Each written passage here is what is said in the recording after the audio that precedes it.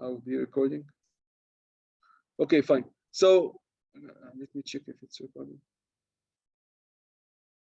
Okay, it's recording. Okay, sorry that I have not started the recording, but this we have covered this before in other recordings, so you guys can find. Okay, so question about assignments, guys. So the question about assignments is basically asking, okay, can we, when we are supposed to submit the assignments, right? So for me, ideally to finish your assignments and go, okay? So if we give you 2 hours to do the assignments, submit in 1 hour and go. Okay, why? Because I will require you when you go home, when you get rest and you are up at night, to look at the Coding Dojo website and start to read the new content. Okay, so afternoon, or at night, you will be busy reading new content. Okay, but we will give you the permission to submit within 24 hours. Okay, thank you. So I understand sometimes you are really in a situation where you cannot submit on time. Okay. Okay. So before we start what we're gonna discuss, inshallah, today, okay, I just wanted you guys to focus with Derek because he's gonna take the attendance. So guys, can you, Derek, how would you like to take the attendance?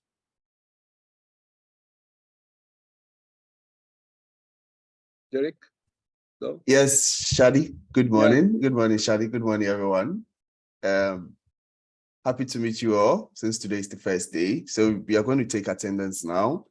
And I'll need you all to just, within Zoom, there is a reaction section. And I'll need you all to raise your hand because I don't want to disrupt the class for long. Yes, so they are good. So if you can't do, if you can't see the option to raise your hand, you can just send me a message on Zoom and I would actually pick that up if you can't raise your hand. If you have already raised your hand, you don't need to send the message. So this is just a quick way to do it. Maybe the other days we could just mention everyone's name and then you would respond with your voice just to let us know that you are here. So that'll be very important. So far 27 people have raised their hands. So, yep. Right, 28. We have about 41 people, so I expect approximately 38 hands raised. So keep doing it.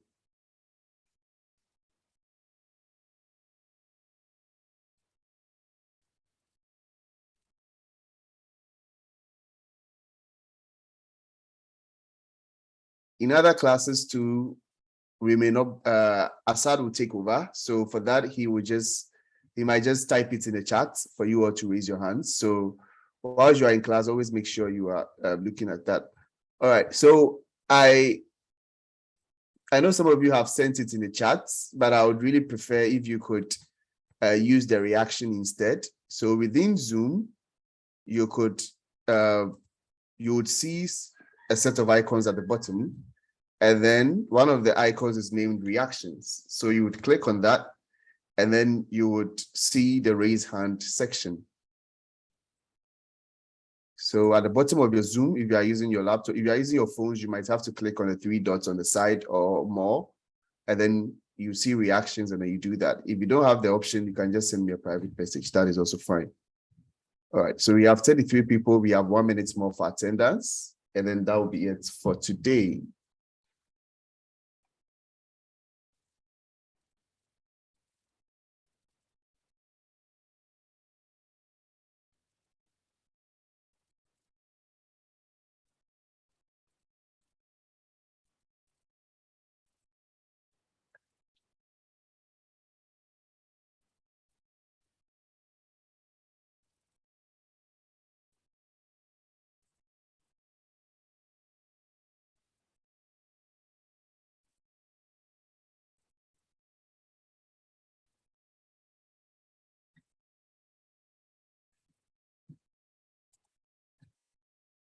All right, 5, 4, 3, 2, 1. I think that's it for attendance today.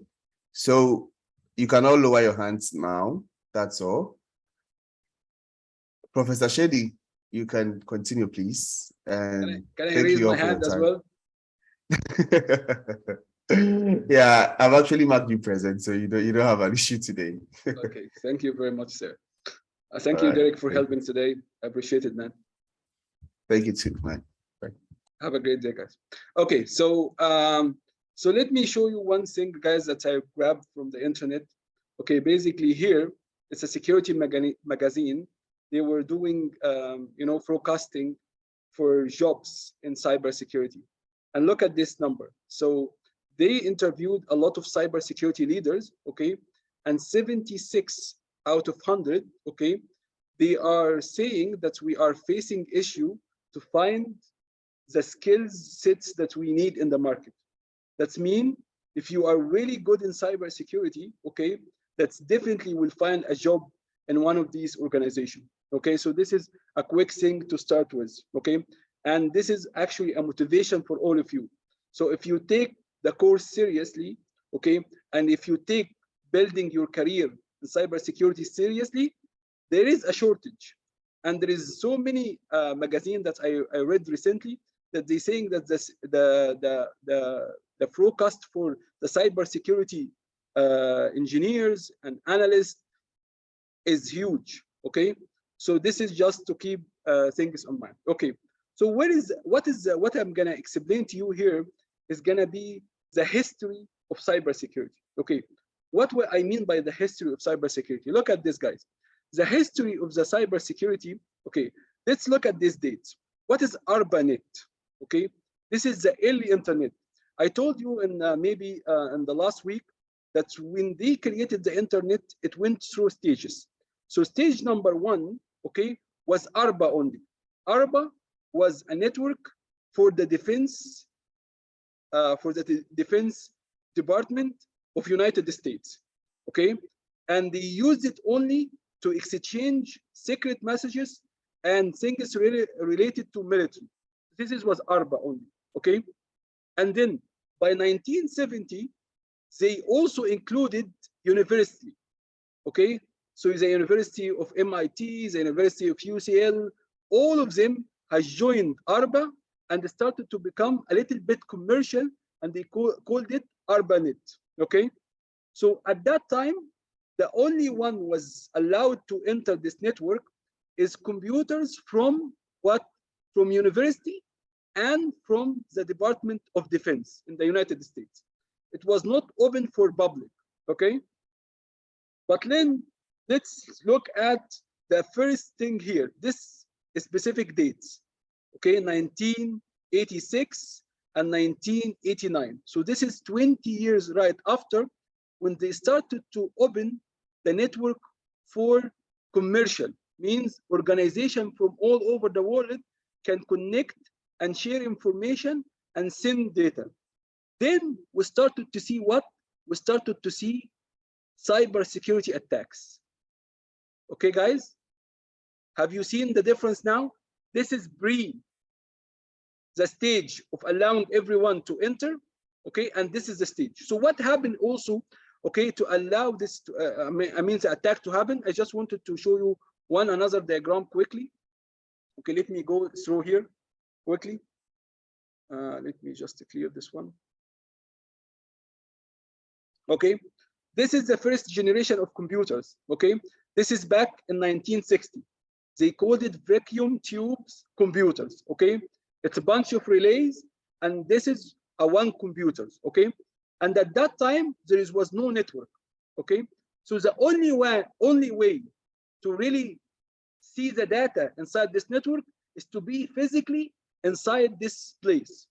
Okay, so only physical attacks would allow at that time to gain knowledge. Okay, there was no network connectivity. Okay, this is back in 1960. So they call this the first generation of computers. Okay, and then we moved to 1970 when we started to use the transistors and IC chips. Okay, and you can see the leader at that time, IBM, and another couple of vendors. Okay, and you can see the computer also, the shape of the computer is different now. Okay, because we are using less relays, and we're using transistors. Okay, but this computer also was isolated, means they called it the mainframe, and the mainframe in 1970, it was placed in one computer room, okay, and no one allowed to access this room except the engineer that they work in this organization. So you can tell at that time there was no cyber attacks. Okay, do we understand why, guys, there is no cyber attacks at that time? Yes, there wasn't any network. Because this computer basically, yeah, this computer was isolated. Yeah. Isolated means they are not part of the network, and only way to attack this machine is going physically inside and have an access to this machine. Yeah. Okay, so everyone understand this? Let me move you a little bit forward, and I'm just giving you the history of cyber attacks. Let's just move a little bit to the 80s, okay? This is the computers of the 80s. Also, we can see other vendors are joining, IBM, Honeywell, okay, TDC. All this is the vendors, and the computer was in early stages, okay? And this is the computers of 80. And you can see also this computer has no connection to the internet, or has a limited connection to the internet via a modem. Even the modem at that time was not very famous, okay? So these computers, the only way to attack it was two ways, okay? Is physically, you go and attack this machine. So you go and sit in these computers, okay? And you do what? And you start to read this information here. Or the computer here used a floppy disk. I don't know if you have seen the floppy disk before. Yeah. It's a storage place for a very old ways. It's like a CD-ROM, but it's like much smaller in size, okay? And it's also, I'm pretty sure that you heard about the floppy disk. Or you get a floppy disk, okay, from one of your friends, and this floppy disk was already have a malicious code, and when you enter the computer, it starts to mess up with your computer or read your information, okay? So this was 1960, 1970, 1980, okay? Let's go to our diagram again to understand how the attack started to happen in a very wild way, okay? So in 1986 and 1989, these guys over here, okay, they had their computer from university connected to the internet, okay? So the first well-known worm and virus all over the internet caused by a gentleman, his name is Morris, okay? I will give you how it looks like. Okay, so let me show you. This is in 1990s, guys. Okay, we started to connect different computers, okay? This is the third generation. We have LAN connectivity, and we have also our computers are connected to another computers on the network. So this is this using, let me explain. This is our internet. If I can give this example, this is gonna be our internet, okay? And we have universities connected. We started to see some organizations are connected to the internet, okay? And we started also to see that the Department of Defense is connected to the internet. So people are started to connect, okay, to the internet, and that's the time TCP/IP that we covered last week, okay, also born, because it's born in 1980. So now you have a way to connect to the internet and share information and get information. So this gentleman, his name is Morris, he said, how come that I can connect to anyone in the network without any password? Okay, so he built a program that is gonna exploit something called remote shell, which is gonna allow him to remotely access any machine in the network. Okay, just as a proof of concept. Why? Because he said the network is very weak. There is nothing to protect this network. I can connect from anything. So he went to MIT, which was a university at that time, and he tried his code. And what happened is his code was able to exploit all machines in the internet at that time. It was a very, it's a nice, if you guys have the time to read about the Morris code and how he wanted to prove to the whole world that the internet at that time is not secure. Okay, guys, and this is and this gentleman, his name is Morris, but again they put him in the jail because what he did. Okay, and then later on when they release him from the jail, few years later, the MIT they hired him as a professor, and he finished his PhD. Okay, guys, and I got you a nice diagram over here for the floppy disk that Morris used to write his code and then insert it in MIT network and then spread this spread this virus all over the internet. Okay, guys. So we can tell now that before these dates, okay, the cyber attacks, okay, was only physical attacks.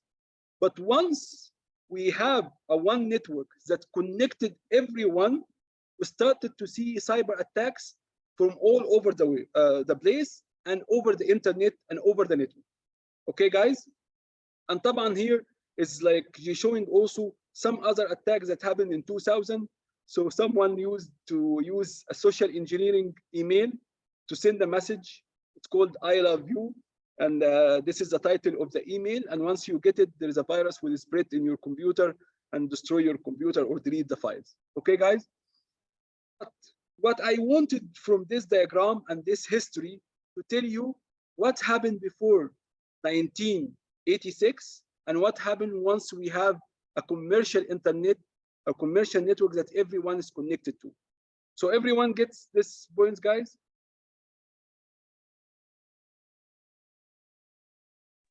Yes, Yeah, it's exactly. clear, Yes, yeah. what a toxic love. Exactly, I agree with you. Okay, guys, طيب. Let's go and really go and try to see another slides here. Okay. Also, if you guys look at these dates, okay, this date shows you, okay, that's before 1986, okay, there was no laws in the US to really punish if someone committed a crime, a computer crime.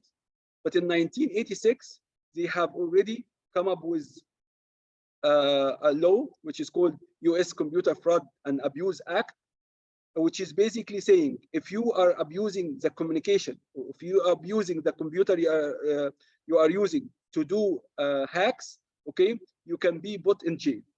And that's why Morris, okay, which he developed his virus in 1989, okay, and he spread his virus, they put him in the jail because of this act, of this law, okay.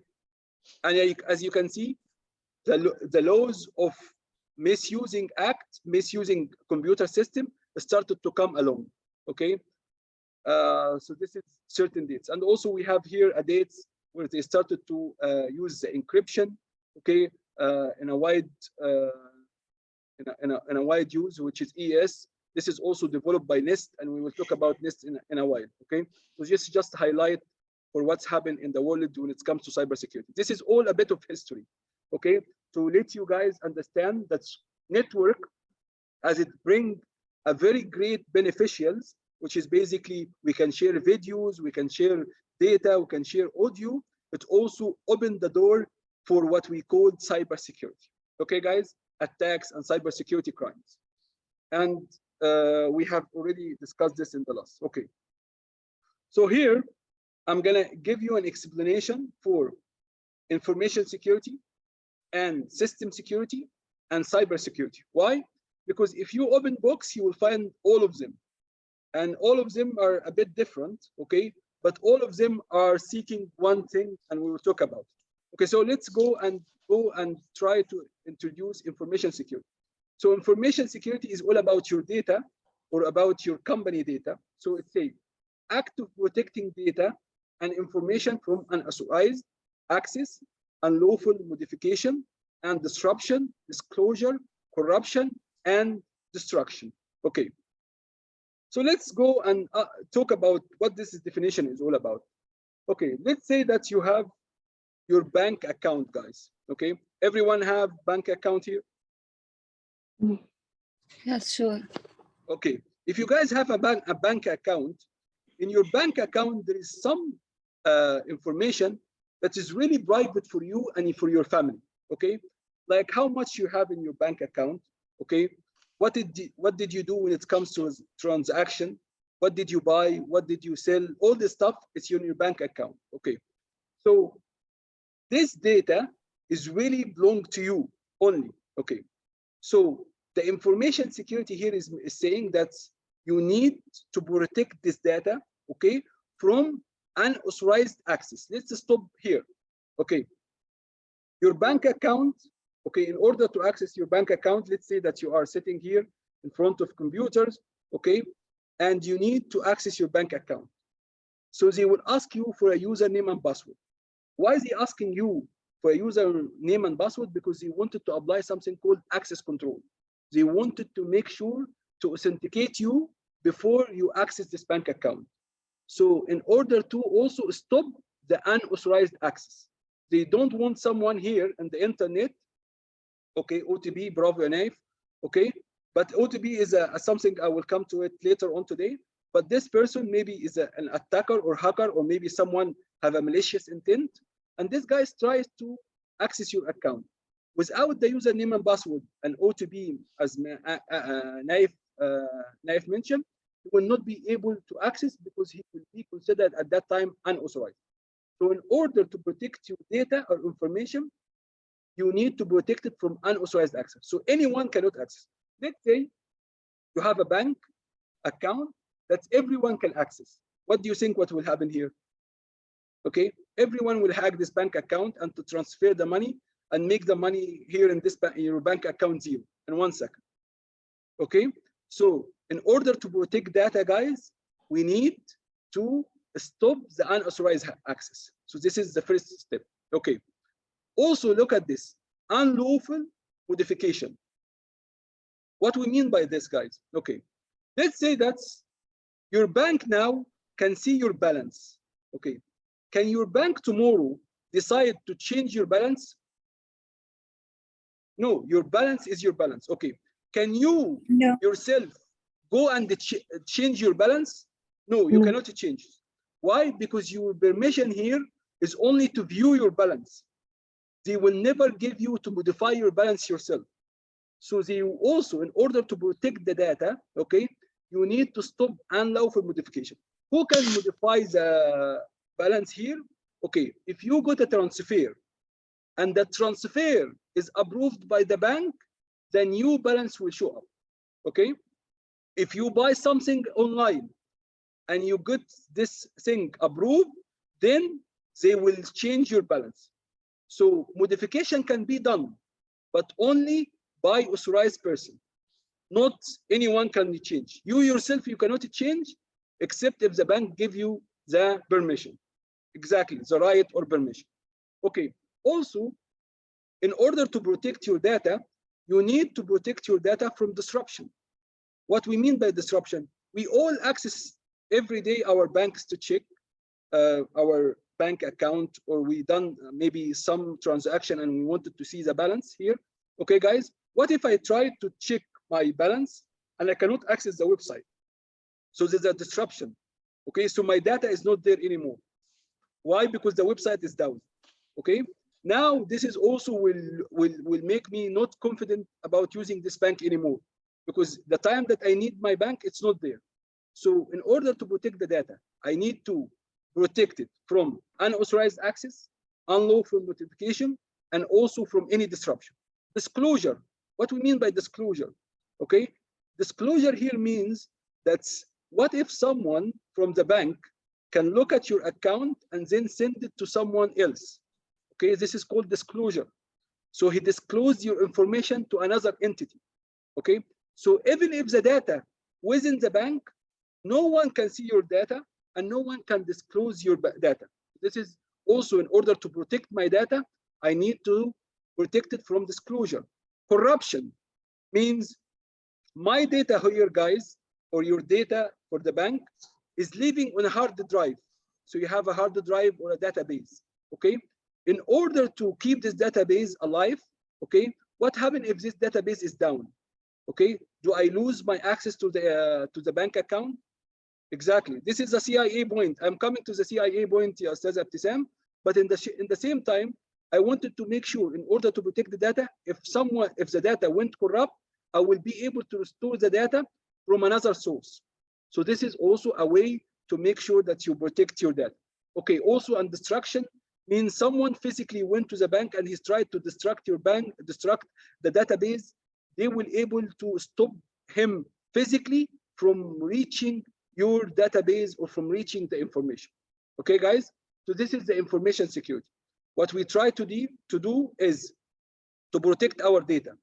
Why he's saying protecting our data? Because our data now transferred to be our money. Okay? 50 years ago, where people used to save their money, they used to save their money in banks. Okay, right? So but and 50 years ago, okay, you physically need to go to the bank, okay, to really have an access to your data or access your money. So you go physically and say, okay, I'm blah blah blah. This is my ID. I need to withdraw money. I need to deposit money. So this is 50 years ago, okay? But now there is no one goes to banks except for really certain purpose, and everything we do online, okay? So we access our money not physically, online. So instead of you going and showing your ID here to the bank to allow you to access the data and withdraw or deposit, now the bank wanted to make sure that you are really authorized to access the bank. So they will start to ask you, where is your username? Where is your password? Okay, and then accordingly they allow to access this access your data, which is transferred to become your money here. Okay, guys. So this is a quick introduction about information security. How about system security? Okay, does our data lives in the vacuum? Does our data, like day-to-day data, is living in vacuum? Means our data, which is your bank account, it lives in a database. Okay, so this is database. Database is installed on Windows environment.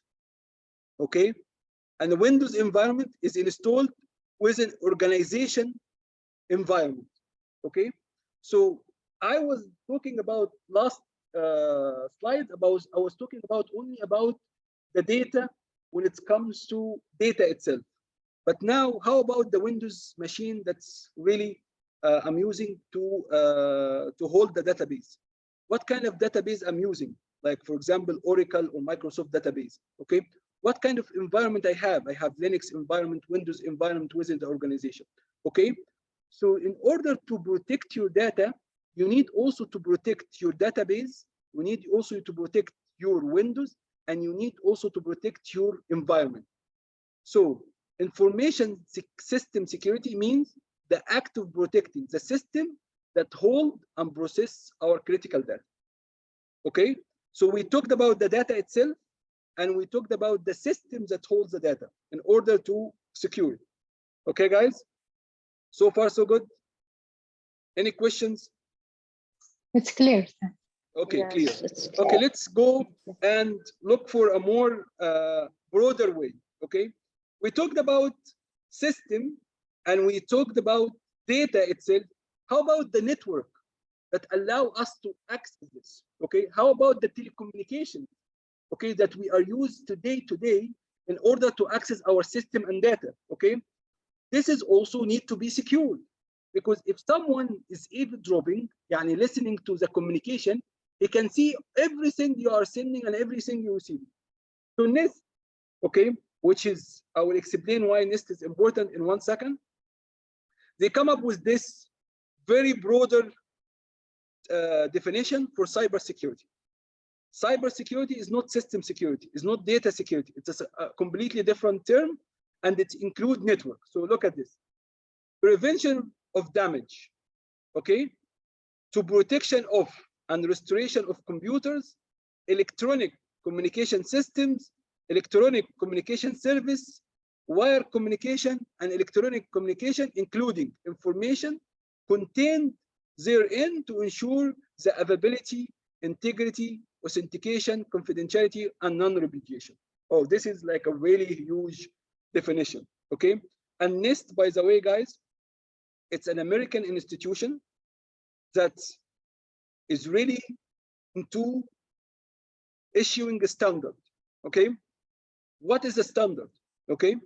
A standard, guys, is just a publication or a document that they will tell you exactly how to protect data, okay? They have so many standards, by the way, okay? But it's eventually, it's a document. And the document, it will tell you what is the best way to basically, like ISO, exactly, and what the best way to ensure data security, okay? So they have so many publications.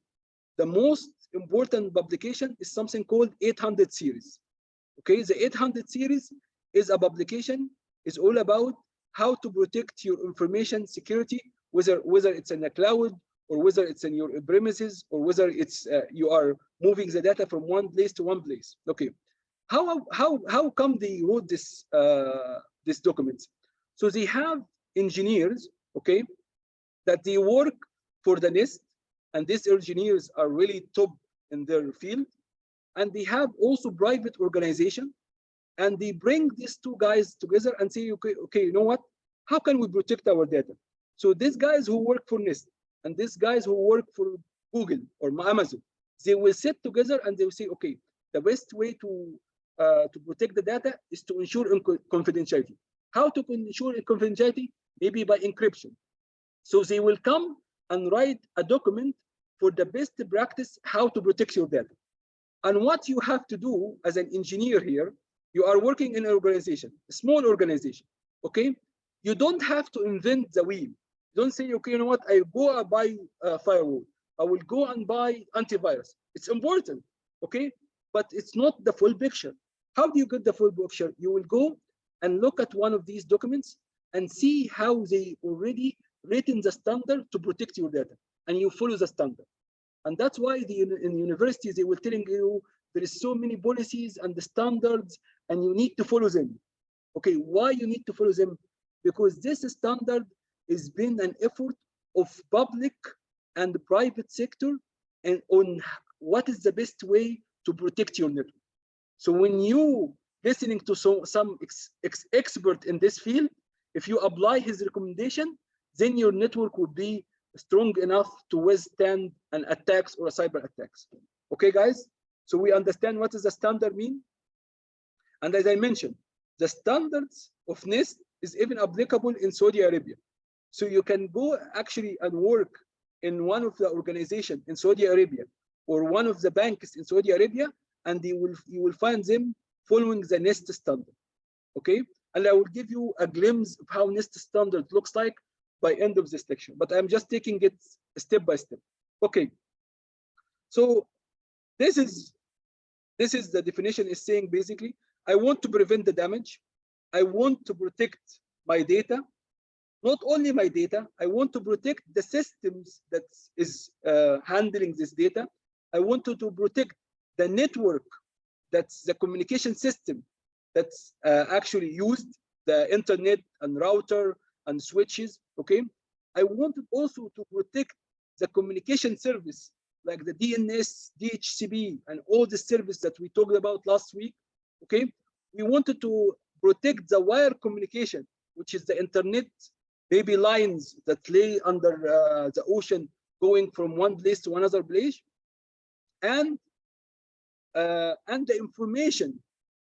So the cybersecurity definition is more broader than data security and the system security, because I wanted to protect here. If you guys give me the chance to read, this is your data, okay?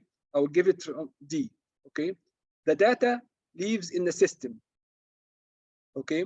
So this, I will give it S, okay? The system needs a communication to reach the internet.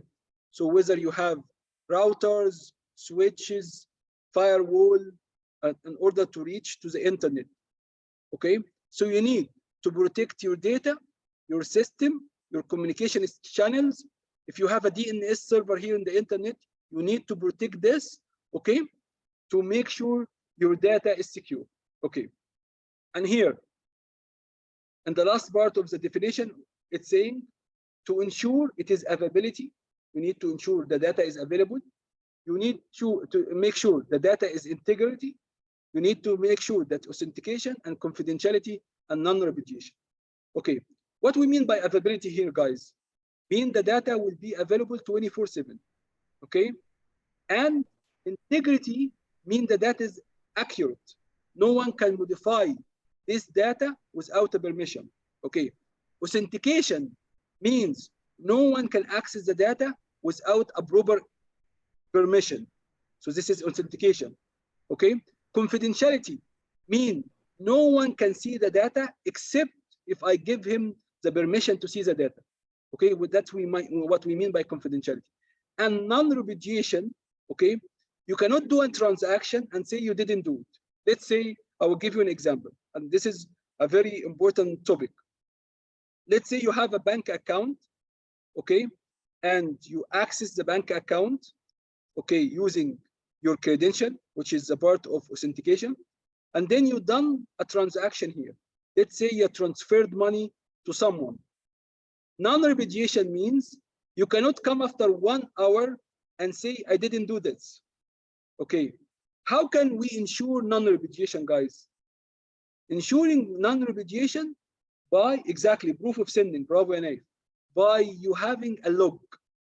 And this log, exactly, there says a Shahad. You have a log.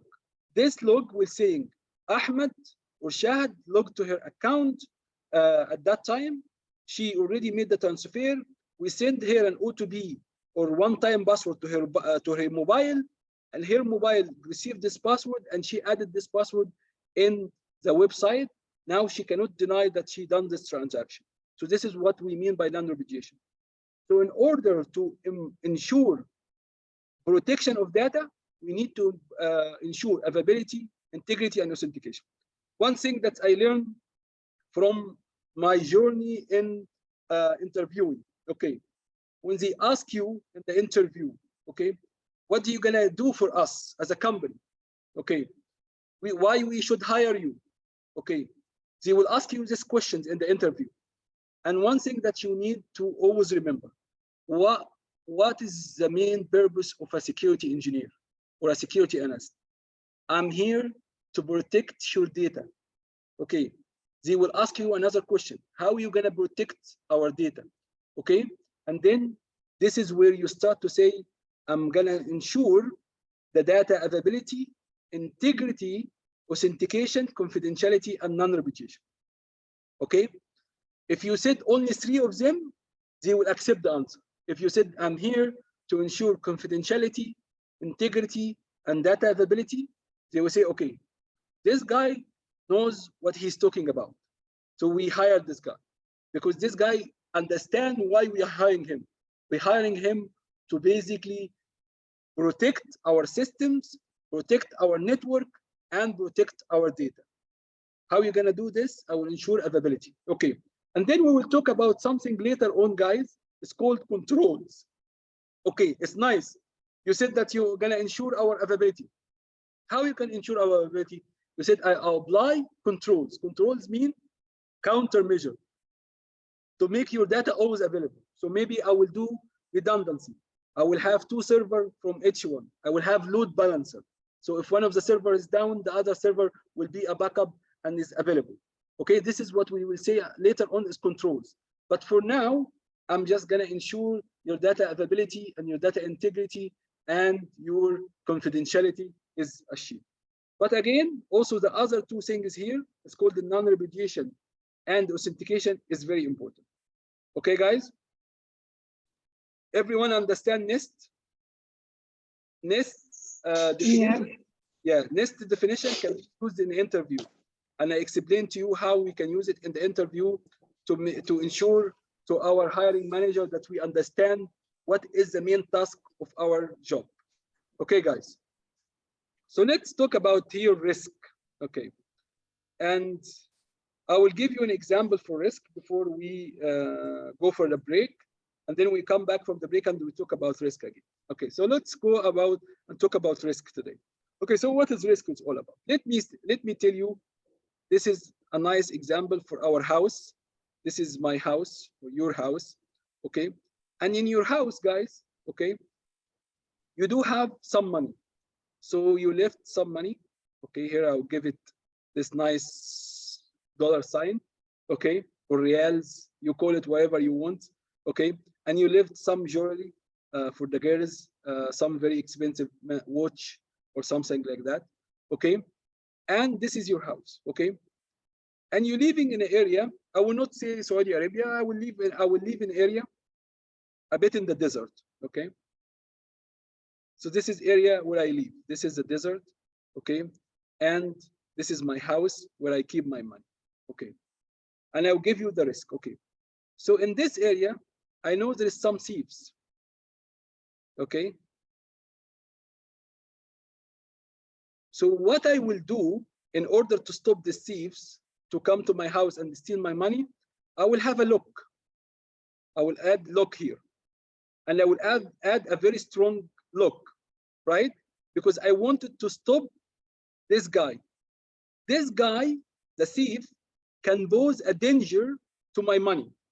So this guy, we call him the threat. The threat here, guys, is anyone can really harm our important stuff. This is what is the threats mean. So these guys can harm us and can steal our money. So we call him the threat, okay? And our money, we call it asset. Asset means something valuable for us, okay, guys? So I have the threat that someone can pose a danger and could harm us. I will have something called asset, which is something very valuable for me or for you guys, okay? And I have my house, which is, this house is where my money is, and I have added a lock here to stop the attacker, okay, to get inside. So even if these guys come one day and he tried to get to my house, he will find the lock and he will never be able to get to my assets. Do we agree? Okay, this is a normal physical scenario. Okay, let's say that's one day, okay, I was in rush, I was really need to go to work, and I left the door here open, okay? So what happened to my my assets here? I opened something, we call it vulnerability or weakness. Myself, I introduce weakness to the system, right? Because as long as the lock was here, it was preventing the threats or preventing the thief to get inside my house and steal my assets, right, guys? Okay, but me forgetting to lock my door, I opened the door for what? The thief, which is called vulnerability or weakness. So now the thief will come later on to open the door, it will open and he will reach the money and he can steal, okay?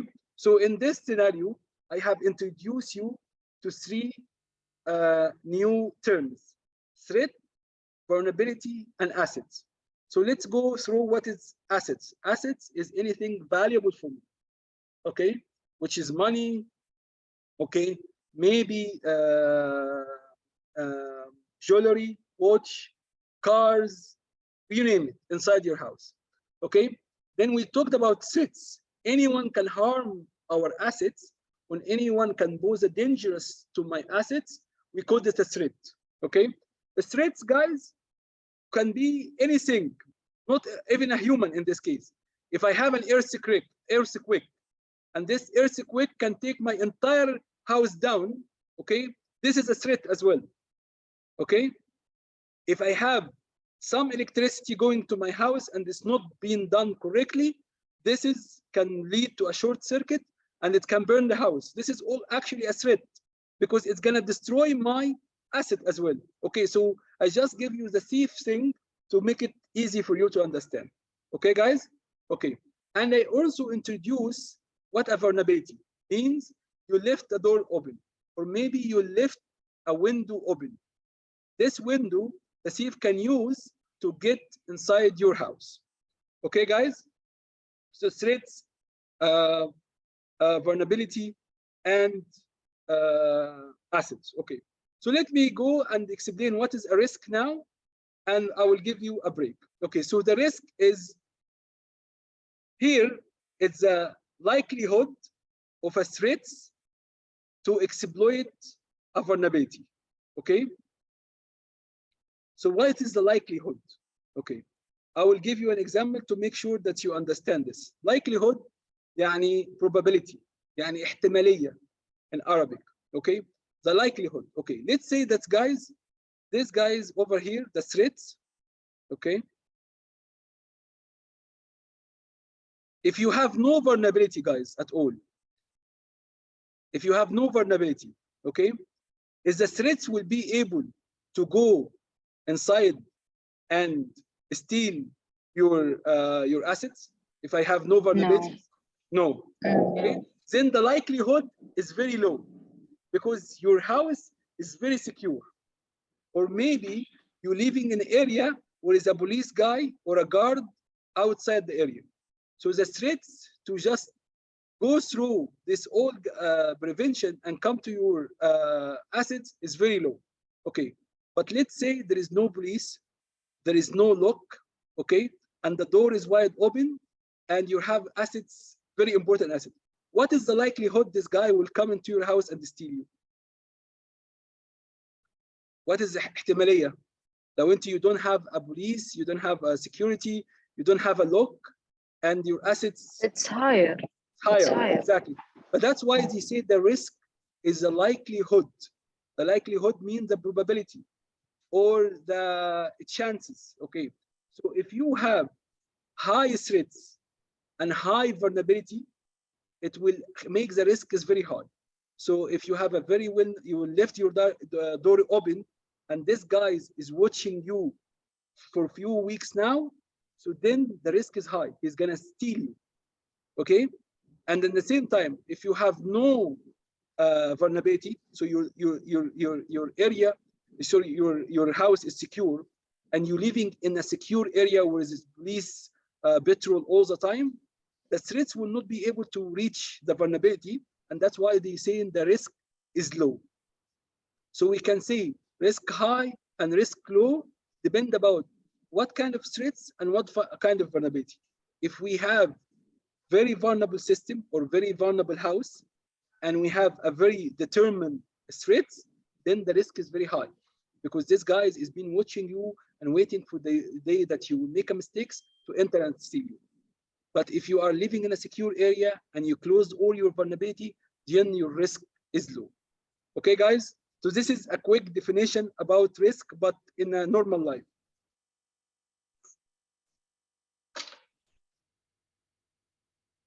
Alhamdulillah, كده is clear.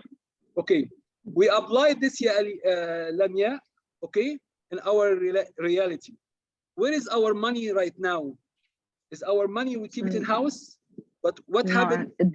Digital bank. Exactly. We moved in the last few years, okay, to banks, and we moved from banks, from only banks where you can go physically and take the money. We go to online banks. Okay, so online banks now does have our very critical assets. Okay, so if the online banking system is vulnerable, that means the attackers or the hackers on the online, they will able to attack and steal your money, and there will be a very high probability or high risk they will steal it.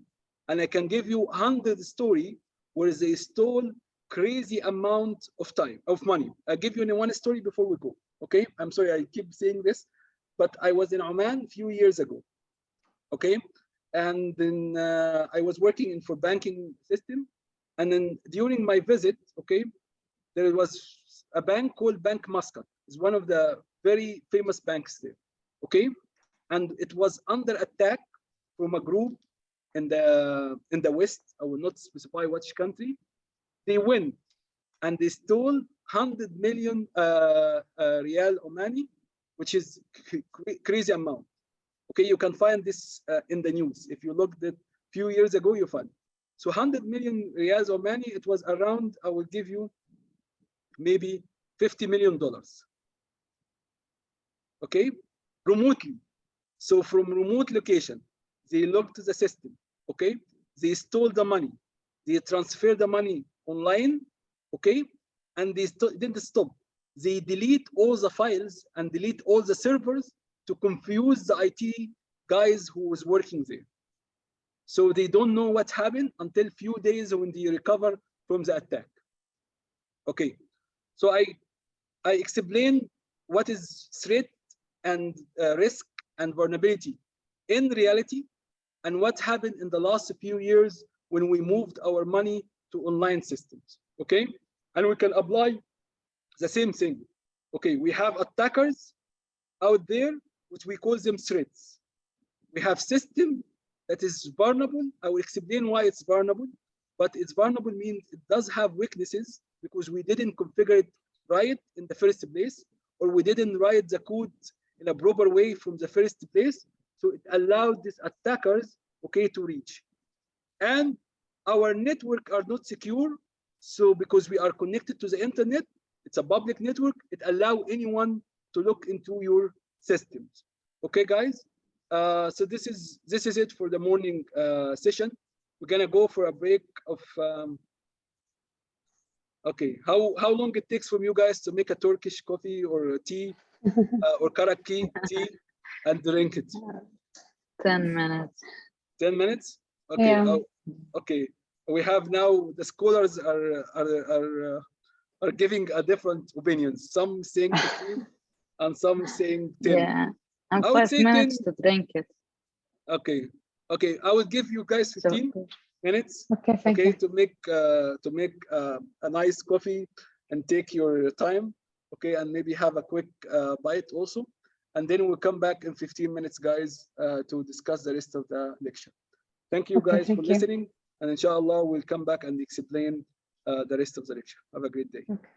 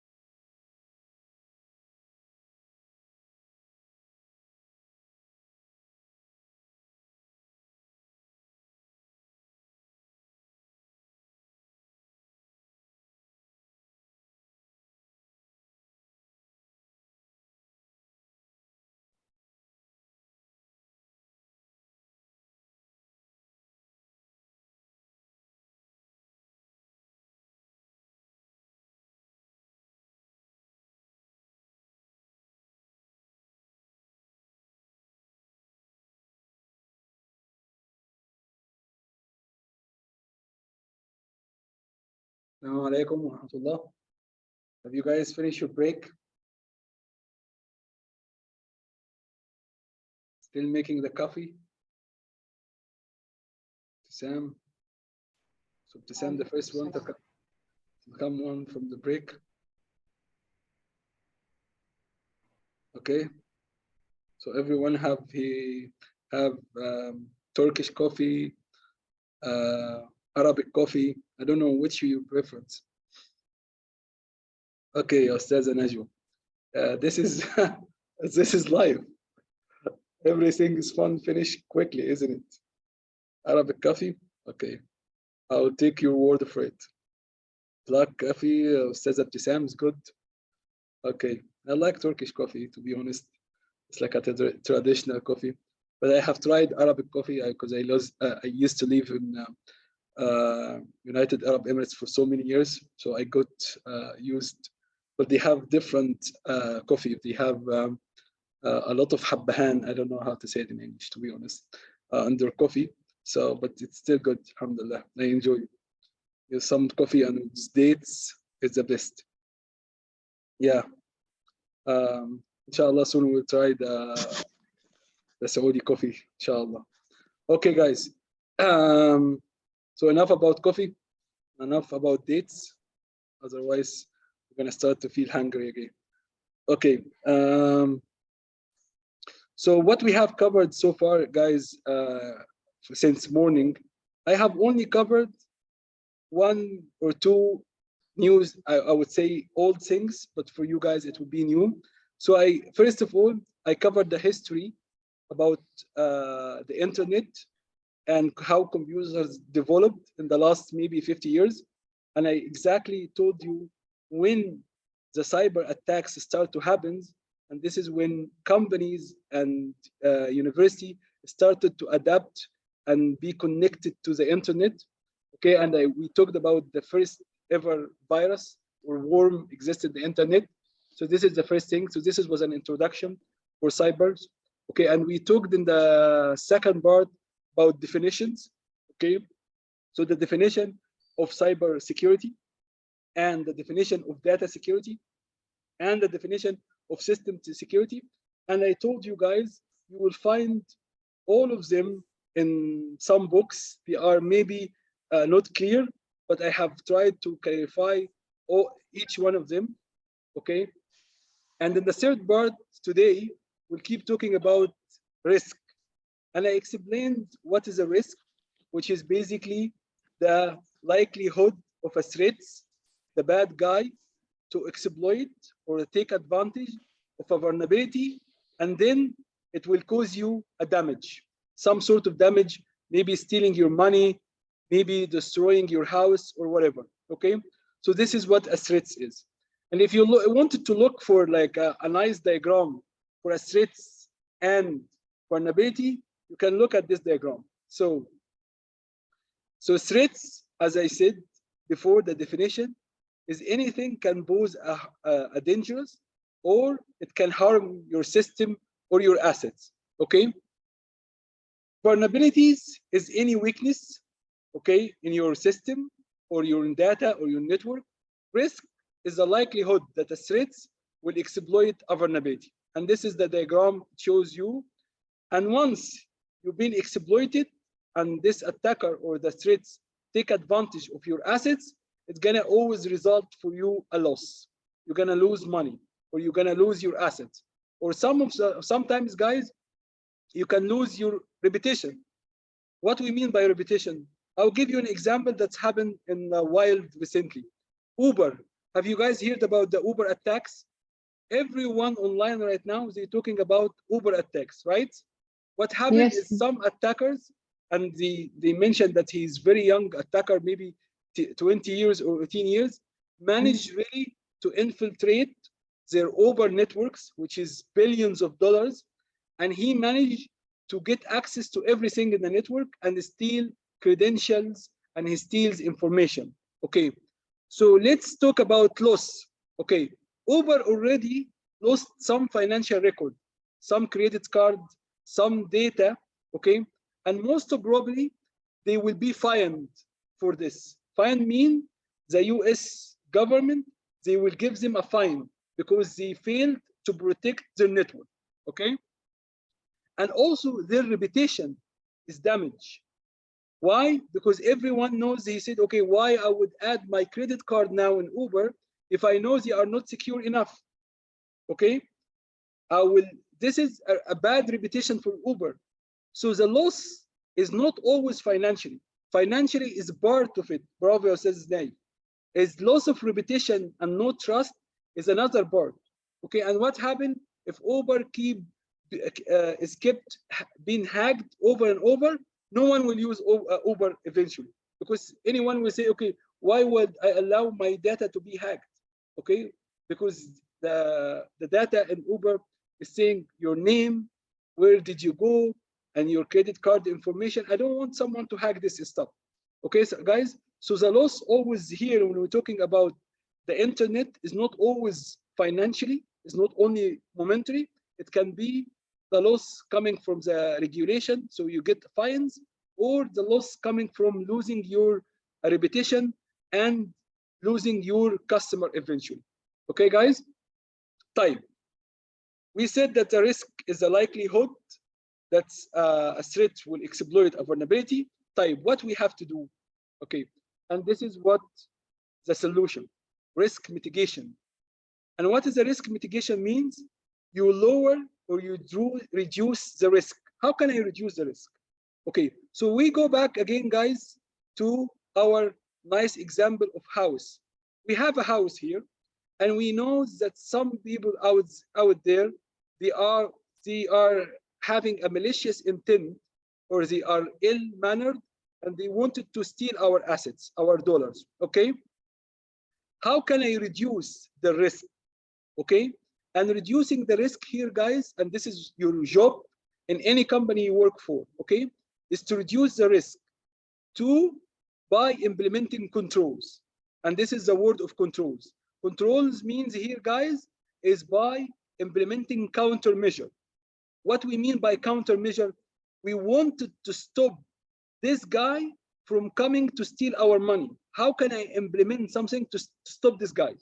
Okay, maybe I will add a nice lock here, which is more advanced than the lock that exists. Maybe I will get a camera system that can see everyone coming around me or coming around my house. Maybe I will connect my internal system to the police station. So if someone break in, the police station will be notified. Maybe I will get a dog here, okay, to protect my yard. Maybe I will get a guard here and I will let him to stand in front of my door if I'm not there. Okay, so this is all what we call it a countermeasure. It's something to make sure that the threats will be avoided, or we will try to avoid getting harmed. Okay, guys, so we understand what is controls means here. Okay, guys, can AI predict the potential? Yes. AI can predict the potential risk. That is a very good question. We will talk about AI, especially in detection techniques later on in this course. Okay. But for now, guys, I just wanted to tell you, okay, your major job in any job, inshallah, in any assignments you will get in the future when you go and work in the corporate environment is to reduce the risk. Okay, you will see. I'll give you an example. Okay, I have a system here, guys, and this system does have a database, and this database is full of clients, okay, data. Okay, I have an administrator, but I don't really trust the administrator to see all the data inside my database. Okay, because maybe the administrator will look at this information and he can maybe have someone who's ill-mannered, or he is suspicious, or he have even internal threats can be also a very dangerous thing. So even he is your database guy, but I don't trust him to see the information of our client. So in order to protect or countermeasure of a threats of even our internal guy to see our data, maybe I can hide this data. I can do something called masking. I mask the data so no one understands which information to belong to who. Or maybe I can encrypt the data so he will not be able to see the data in a plain text format. Okay, they call this countermeasure. Countermeasure mean I'm trying to reduce the risk of a threat to materialize, of a risk to materialize. Okay, guys, do you understand what is risk mitigation is? Okay, exactly. It's clear. Ustaza Ayat saying we block access to this information. It's a good if we wanted to block access, ya Ustaza, from someone externally. So I can implement firewall or something to stop external access. But you know what I was talking about, ya Aya? I was talking about someone within your organization, your database administrator. Okay? Do I wanted my database administrator to see all the records here? Definitely no. I was working in a bank before, and I was working also in a financial institution, and they don't allow DBA, or which is database admin, to see the data because it includes their credit card, it could include personal information. This is not allowed. Big no. So even this guy who is I'm hired to work for me, I cannot trust him when it comes to data. I have to implement the countermeasure to reduce the risk that one day this guy will not, change his mind and start to steal information or take the data. That's what happened with the Uber attack. The person take IT information, IT employee information to access. Yes, exactly. So this is also. But how did he get the information? He didn't get it from the employee. The employee data, okay, guys, is being stolen, and then it being sold in the dark web. Okay, so he found this information and he used the information to reach to the network. So we can talk about Uber attack, inshallah, in more details, inshallah, in one time. But for now, just to explain what we mean by here. Okay, guys. So we talked about risk. We talked about risk mitigation, and I just wanted to leave you with very important note in risk mitigation. When they ask you, okay, how you gonna protect our data, okay, in the interview, you will say, I will implement controls. I will try to reduce the risk, okay? How are you gonna reduce the risk? By implementing controls. How are you gonna implement controls? What that we will talk about, inshallah, later on, what kind of controls we have and how we implement these controls. Okay, guys? Time. So we mentioned that this before, but I will go through it very quickly. In order to protect our data is gonna be here. So in order to protect our data, we need to ensure confidentiality, integrity, and availability. And confidentiality means no one can access the data except if he is authorized. So we stop the unauthorized access. Again, to the banking system. Okay, look at this. This is how it used to be 50 years ago. You have your bank account in piece of paper, and in order to protect your bank account, they used to take this bank account details or your client information and keep it in a confidential file, and then they keep it in the drawer and they lock the drawer. So no one can access this except if he is authorized person, right? This is 50 years ago. What we do right now, our data is in a website. Okay, how can I make sure no one can see your data? I mentioned to you, data encryption. Means I will hide this data, only authorized person can see. Only the one who has the right keys for the encryption can see. Okay, guys, let me ask you a question. Does everyone here understand what is encryption, or shall I explain it? Because I know some of you guys coming from a different background. Does everyone here understand what is encryption? Yes, yes. Okay. Ustaza Lamia بتقول I got general concept. I will give you a story, Lamia. It will make encryption always in your mind. Okay. So Chinese, okay, the first one who's really used the encryption. How they use the encryption? So they used to be a big empire, okay, and they used to fight with a lot of countries back in the days. Okay. So sometimes they wanted to send a message from China to another country. But the problem is they are worried that someone in between, okay, in one of these countries in between, will able to see the message, intercept the message, okay? So what they used to do to make sure that no one can see the message, listen to this carefully. So they get a guy, okay? If I give him a message, anyone will search this guy over here, they will able to see the message, right? Do you agree? Yeah. If I give him a written message, everyone here can stop him and get the message. So what they used to do is they used to shave his head, shave it completely, okay?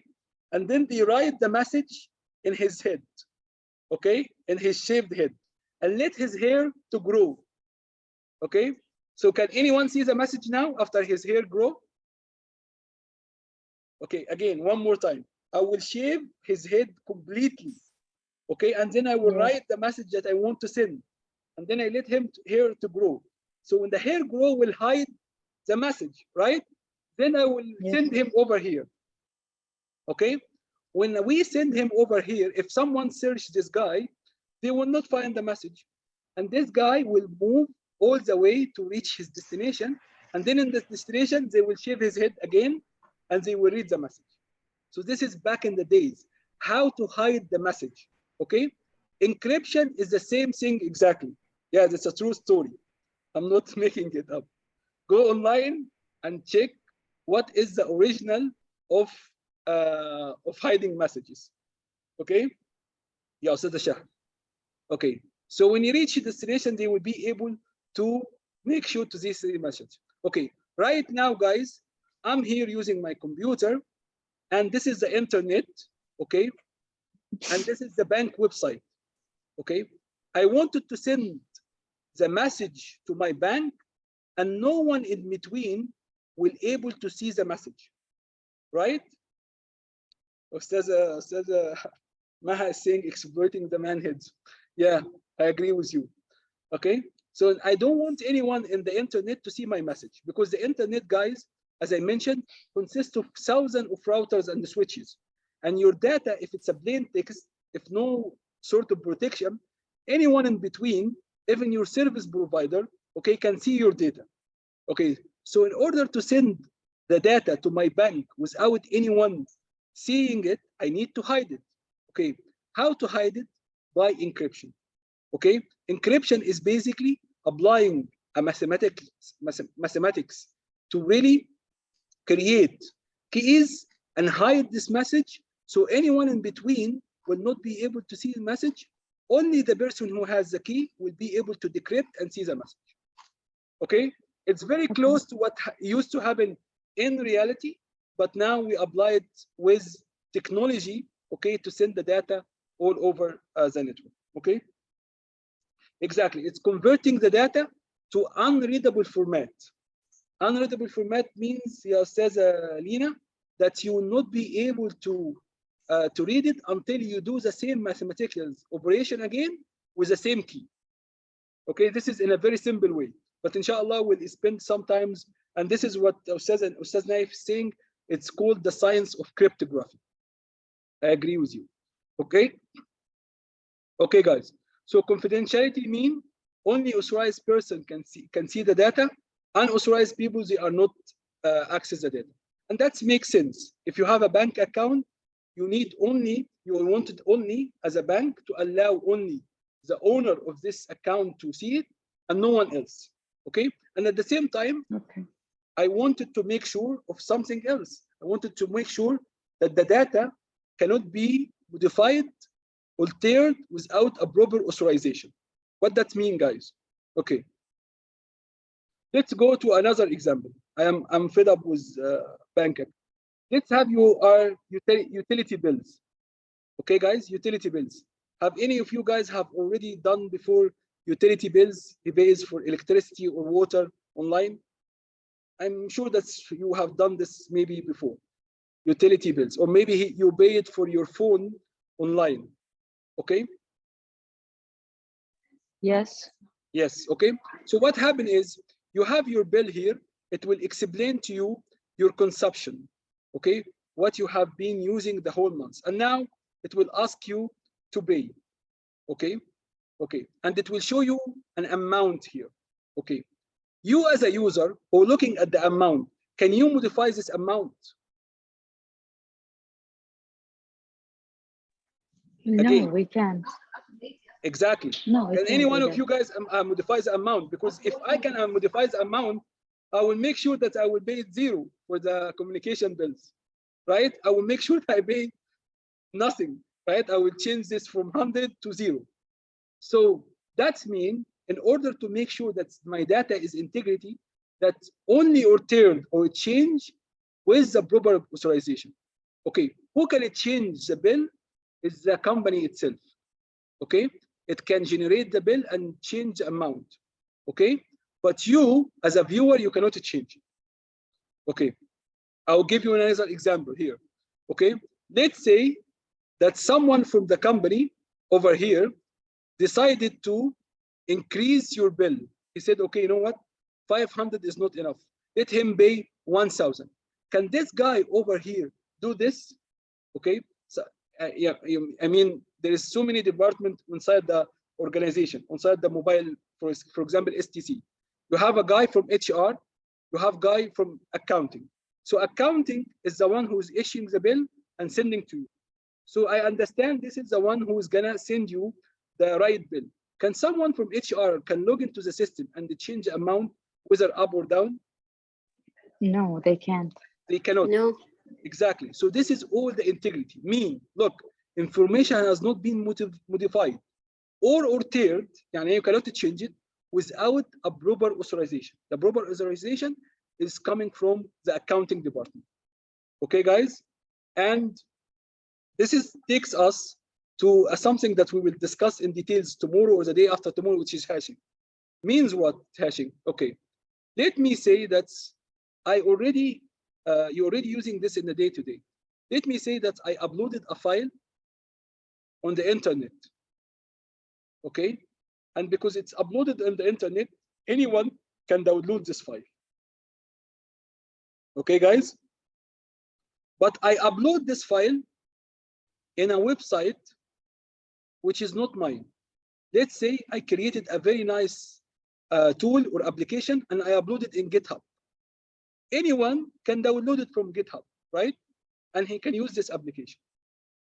Okay, here is the trick of hashing. Okay, when I uploaded this application, okay, maybe someone else can change this, can hack this website and change my application to another vulnerable application or to another malicious application. Okay, so how can I make sure that anyone download this file he knows that this file not modified? So they're using also exactly. So when I create my application in the first time, I will use technique called hashing to generate something called hash digest, which is a number. Okay, like 1 to this my original file. When I implement this encryption technique, it will show 1, 1, 1, 2, 3. This is the hash code. I will upload my file to this website and I say, by the way, when you download this file, in order to make sure that this file never modified, it check if it will create a hash of 1, 2, 3. So when you download the file in your computer, and with a small hashing command line, can you generate the hash digest? If the hash digest is exactly the same number, that you know for fact, this is the original message. If you find that the hashing is different, mean this file has been modified without the permission of the owner. And we have seen this, I think, guys, you have seen it when you download, they always include something called hash. Okay, we will come to hashing later on, no problem, but I just wanted like hash with emails, exactly. Okay. It's like unique signature. It's a unique signature, and we'll go through details how to create it and how it looks like, inshallah, in day 2. But I just wanted to give you an idea. So the hash here is a way to make sure that no one modified our data. Okay, So the hash in this type, in this way, called a countermeasure or control. Okay, let's move on. Here, guys, availability is also very important when it comes to data and information security, because our data, if it's not available, if I got this nice page of 404, that means our data is not available. So what is the benefits of this data if I cannot reach my data? So in order to make sure my data is protected, I need to make sure that my data is always available, okay? Because no matter how much confidential your data is, no matter how encryption you did, no matter how much integrity you have, okay? If your data is not available, it's not useful, okay, guys? So availability is part of the equation to make sure your data is available over here, okay, guys? So let's go, and another concept here, guys. This is the NIST concept, okay? If you guys seen here the NIST concept, okay? It's saying in order to protect your data, you need to ensure authentication, okay? What is authentication means? Means when a person identity is established with a proof and confirmed by system, okay? Let me give you how authentication used to be done in earlier days before the internet, and how we do our authentication now. Okay, so let's say that you went to the airport, okay, guys? What they will do with you in the airport, okay, to make sure that you are allowed to travel? You will stand in a desk called customs, okay, or I don't know in Arabic, customs, اللي هو شرطة المطار. They will ask you, prove to us that you are allowed to travel, okay? So you will show them your passport copy, okay? And they will look at your passport exactly, and they will look at the picture in the passport, and they will look at you and verify that you are the person in the passport, and then they will allow you to go to the airport, or to your gate, okay, guys? So this is basically how authentication done 50 years ago, okay? And it's still been done this way, but they now added more technology to it. So they ask you to do retina scanning or maybe a fingerprint. So this is all extra steps. Okay, now with biometric, bravo, says Naif. Exactly. Okay, so this is the authentication. Now, guys, I have a website, okay? And Naif is a user from the internet. He is trying to access some confidential data in this website. How can I ensure that Naif is allowed to get to this website? By authentication.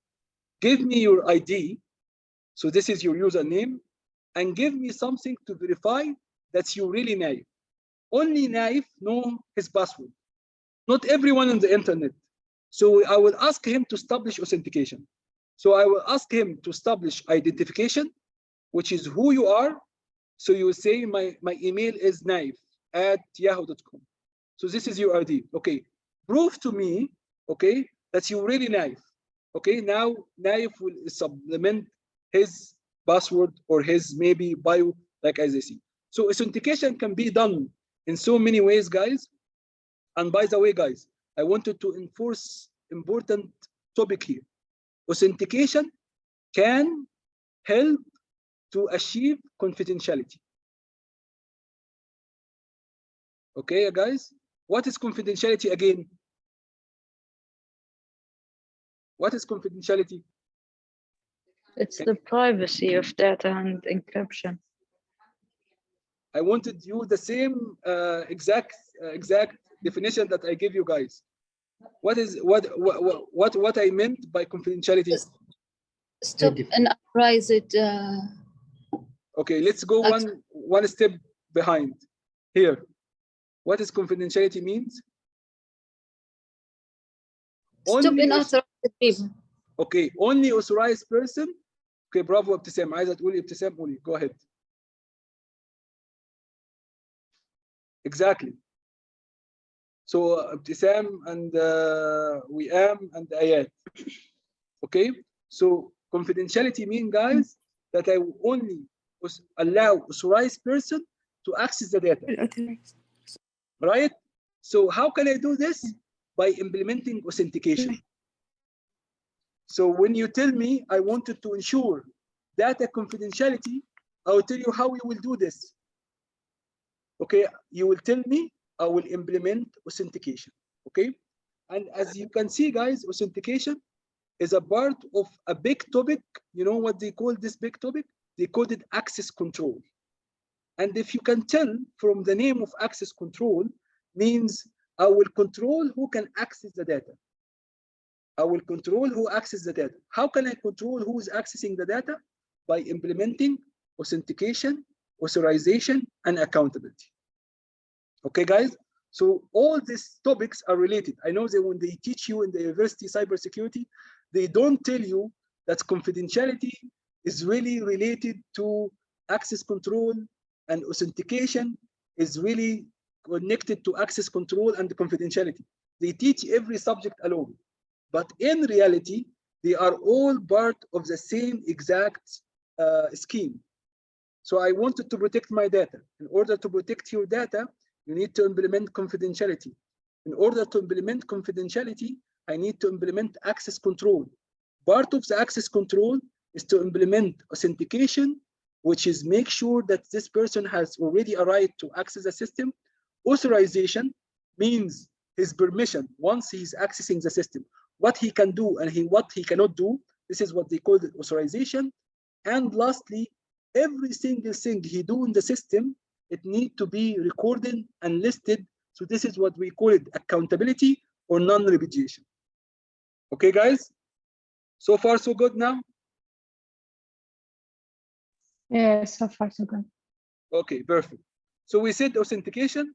And again, I wanted to move here on to tell you that authentication can be done in multiple ways. Okay, you can only do it with something you know, like a password. Okay, guys, like something you know. So I'm asking Naif when he is logging to my website, what is your ID, your username and password? This is something you know, or something you are. This is what Naif said. This is your bio. Bio means like maybe you have a fingerprint, okay? Maybe you have retina scan. If you guys remember what we talked about the airport thing, right now, when you go to the airport, they do something you are. So basically, you give them the passport, and then they will say, "Sir, step back one and look at the screen." And the screen will start to scan your retina and verify that you are really the person who acquired this passport in the first place. So this is something you are, okay? In some airport, they ask me to put my hand, so they verify who I am. Okay, so this is something you are. Okay, something you have, okay, like a smart card, okay, like a bank card. Some of the banks, guys, they will give you something called BAD. And in this BAD, you type an account and it will show you one-time password. Without this BAD, you cannot do any transaction. So this is something you have. Something you do, okay? Maybe, okay, sorry, something you are is written twice, but something you do, like what? Your signature, okay? Some of the banks, when you go there, they will not allow you to do any transaction without writing a certain signature, and they verify their signature. Or some of the authentication methodology also, something where are you right now? So in order to log into the system, I think you have seen it in a movie, you need to be inside a certain building. Without certain building, so they get your location, your GPS, okay, location, and you add username and password, they will not allow you to go to the system. Why? Because I see, and maybe you've seen this in Tom Cruise movies before. Exactly. Ustaz Naif is saying that most of the banks right now, they add, I will tell you one crazy thing, guys, I have seen it. Okay, So there is, you know, guys, Bloomberg. Bloomberg is a very well-known financial news website, right? And they have also a nice terminal that can allow you to follow the news, and it can give you updates about the stock market. Okay, so I was fortunate to work with Bloomberg to get my, you know, my team and access to Bloomberg terminal. Okay, so Bloomberg terminal, as I mentioned, it will give you all the news about the stock market, who's up, who's down. So in order to access this terminal, so look what they used to do. They used to do what? First of all, you need to implement username and password. So you need to take your username and password, okay? And then Bloomberg, okay, they will send you a card, okay? This card, it has an area for a fingerprint. So you will put your fingerprint here. And once you put your fingerprint, it will create an OTP. You will take this OTP and put it in the screen here. It will allow you to access to Bloomberg network. So how many authentication methods they have? They have something, you know, the password. And they have something you have, the card. And they have something you are, which is basically your fingerprint, in order to create the OTP. And this is what we call it, 3-factor authentication. And in some books, they called it multi-factor authentication. Okay, so this is very complicated. Why? Because someone can really sniff this password, or maybe you can give this password to your colleagues, okay? Or someone can find this password online, like what happened with Uber when this guy bought the Uber, you know, account from the dark web. Exactly, which is, but username and password is the most, I agree with you, Hadi. Okay, but who is gonna find this card? This card will only be with the person who owns this terminal, okay, or this computer, okay? And even if you got this username and password, and even if this person lost his card, you still will not be able to log in. Why? Because you need his fingerprint in order to create the OTP. So this is the most secure thing that I have seen so far. I'm pretty sure in military they use something similar to this, but this is the most thing. This is, we call it 3-factor authentication or multiple factor authentication. Again, what I wanted you guys to focus on in this part is authentication, okay, can enable us to ensure confidentiality. Okay, now if this person put the password, if he has the card, if he has his fingerprint done, he will be able to access the data. Without these all authentication methods, he will not be able to access. So I made sure that this person will be accessing by authentication. And authentication will give me confidentiality. I'm 100%, this is a person who is authorized to access our network or our Bloomberg network. Okay, guys, you understand now what authentication? And the more you are rigid and you are taking authentication in a very, very strict way, okay, you are making sure no one will access the data without being authorized, okay, which is very important to protect our data. Okay, guys, and that's why you will find now in the market started to emerge. If you go and check LinkedIn, you will find they wanted someone who's an expert in a field of called IDM. IDM is a stand for Identity with Digital Management, or IAM, Identity and Access Management. Okay, so this person, he knows how to implement authentication using a software to ensure that authentication is done correctly and is done with multiple factor authentication. So this is a job right now in the market. It's a very hot job. If you can see it, you will find a lot of jobs coming on the LinkedIn saying IAM stand for Identity and Access Management Solution. So you know how to implement the solution for access management, which is important. Okay.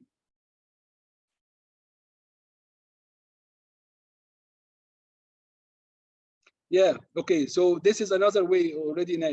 Yeah, so Google now, what Google they used to do right now, guys, let me see that I'm logging right now to my Coding Dojo account, okay? Email from a new device, okay? So they will send to me in my original device a code, okay? And I need to go and click yes, that I am the person who is accessing from another device, okay? So they wanted to ensure authentication. And they will create me a code. I will use this code on my other terminal in order to access my email. This is what Google and Microsoft started to do. It's also part of authentication, and it's also part of something called access management, and it's also part of ensuring confidentiality and making sure that you are the really person who is authorized to access the data, okay? And in the big picture, if I make sure that you are the really person who is accessing the data, okay, that means I'm protecting my information and my data. Okay, guys, I hope this is clear now for you guys.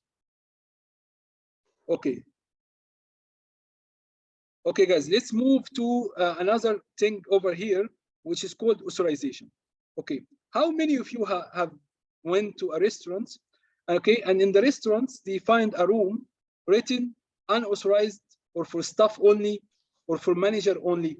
If you go to a restaurant, that means you are allowed to go to the restaurant, you are allowed to order food, you are allowed to take your food and sit in the table and eat, and then throw your trash and then go, right? But there is 2-3 rooms, you are they put a big label on it. They said you are not authorized to go inside because maybe this is where the manager is, where the staff is going, right? So this is in reality unauthorized. Okay, unauthorized mean I'm giving access to a certain area according to what is your job, right? Exactly. So basically, in order to secure our data, I will go back to my example to my bank, okay? So this is my bank account, okay? I'm accessing my bank account, okay? I have permission to view my balance, okay?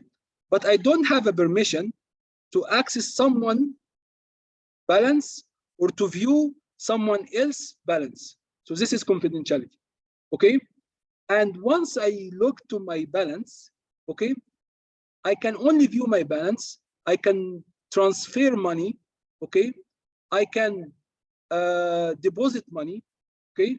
But I cannot change my balance.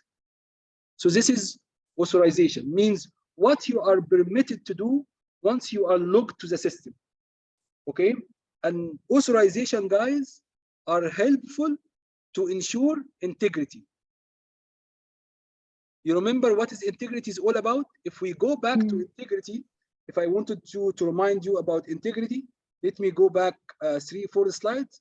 If you go integrity, what is integrity is all about? Information has not modified or altered without proper authorization. Okay, so you cannot change anything without permission. So here, when you log into the system, you can view the amount. You can really do some operation like transfer money, but you cannot change this amount. So this is what's called permission. And this is important. Why, guys? Because I allowed you to go to my system after you done the authentication, okay? I will permit you to do some certain stuff and I will stop some other stuff you are not permitted to do. Exactly like the example of the restaurants. You are allowed to do some stuff, but you are not allowed to go to the manager room. You are allowed to view your page, but you are not allowed to view the admin page. Okay?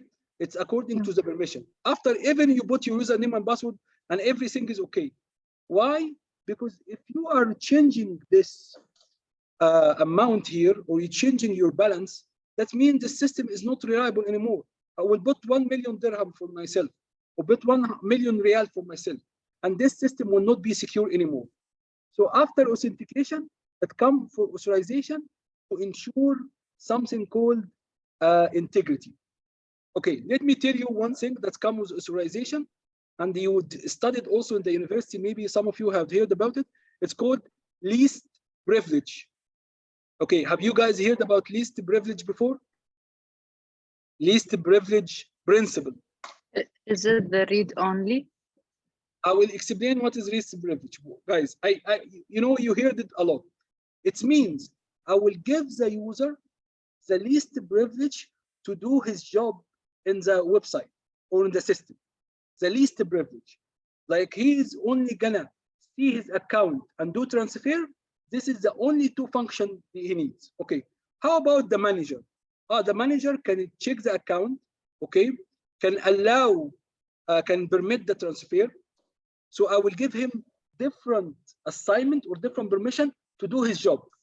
Okay. How about someone else, the administrator of the database? I will not give him a permission to see other people's accounts. I will not give him a permission to accept or to deny transfer, but I will give him a permission to run the backup for the database. So this is what we call the least privilege. I will give each user inside the system enough permission to just do his job. And this is really related to authorization, guys. So authorization and least privilege has to do something with integrity, and integrity, it will help us to basically to protect our information. Okay, guys, so far so good. Any questions? Yes. Okay, so let's move on. And accounting. Okay, accounting is basically logs. Is to make sure that the person cannot come later on and say, I have not done this. So this is related to non-repetition. And if you guys remember, if you go back, we are also going back to this nice definition of NIST. That's NIST said, in order to ensure data protection, you need to ensure availability, integrity, authentication, confidentiality, and non-repudiation, which is accountability. Everyone will be held accountable for his action on the system. Okay, you deleted a file. You, for example, I'll give you an example from my previous work. So in my previous work, we used to have a department called investment banking. Okay, and every couple of days, one of these guys will come to me in the desk and say, you know what, we cannot find a file. Okay, someone must be deleted, or your system is not good enough, so it's deleting the file by itself. And I was like, yani, come on, let's make any sense here. So do you think the system at night, the system itself will activate itself and then it start to delete files? Is this a system is possessed by a ghost? It will never do this. So we had the debate with the investment banking. So I told my manager, you know what? We need to start to audit or to create a logs for these files. Okay, it will need a lot of space to create these logs, but it will tell us exactly who is deleting the files and when exactly. And now next time one of these guys will come and pop up to my desk and ask me who deleted this file, the system is not good and stuff, I will show the logs. So exactly what this is what we did. We enable accountable logs or accountability, so we can see who accessed the files, who modified the files, who written anything in the files, and who deleted any files. And when they come again and say, okay, you know what, we lost a new file, I said, okay, wait a second, open the logs. Oh, this guy, his name is Ahmed. On this date, he deleted this file. Go talk to him. Tell him I have a logs now that he cannot deny that he is the one who deleted the file. So this is what we call, guys, accountability, or establish that anyone who done anything in the system, you cannot really later on deny it. And it's also emphasized on non-repudiation, which is part of the definition that we called it NIST definition. How to protect your data is by ensuring availability, confidentiality, and non-repudiation. Okay, so far so good? Yeah. Exactly, Anaif. It's something related to the event viewer in Windows, but for files and folders. So we enable the file and folders logs, so you can see who is accessing, who is reading, who is deleting, who is writing on these files. but you true. Bravo. Okay, guys, let's move on in this accounting. Okay, and we mentioned, okay, your main job in any, inshallah, in any role that you will take in cybersecurity is to mitigate the risk, is to make sure that no one will be able to compromise your data and cause you harm. And we mentioned mitigating the risk is by implementing controls.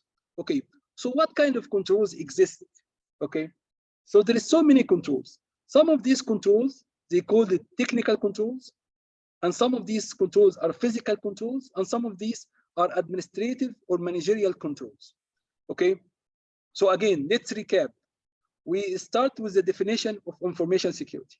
Okay, then we talked about the threats to our information, and what is a vulnerability, and what is the risk. Now, my job inside the organization is to mitigate the risk, is to make sure no one will be able to compromise and harm my assets. How can you do this? By implementing countermeasure. Okay, what kind of countermeasure exists? There is a 3 categories of countermeasures. Okay, guys? So this is makes sense now? Everyone understands how this all together are tied together? So I have risks, okay? Again, networks is amazing. If I am connected to the internet, means I can sell more of my product to everyone in the whole world. If my bank is connected to the internet, I can allow millions of customers to access my bank. If I'm connected to the internet, I can socialize with millions of people who exist in the internet, and I can share files and photos. But in the same time, there's a risk of cyber attacks. Okay, so how can we enjoy all these benefits of network and then in the same time reduce the risk of cyber attacks? By implementing controls, or they call it sometimes countermeasures. Okay, I will give you an example. Okay, let's say that's in one day that you decided to go to the beach. Okay, and then you don't really know how to swim. Okay, but the beach is very nice and the water is very nice. But then if you go to the water and because you don't know how to swim, you may end up falling in an area which is you cannot really come out from the water and you've been drowned, right? So this is actually a risk, right? You can lose your life. So how can I mitigate this risk, guys? Did you get the example?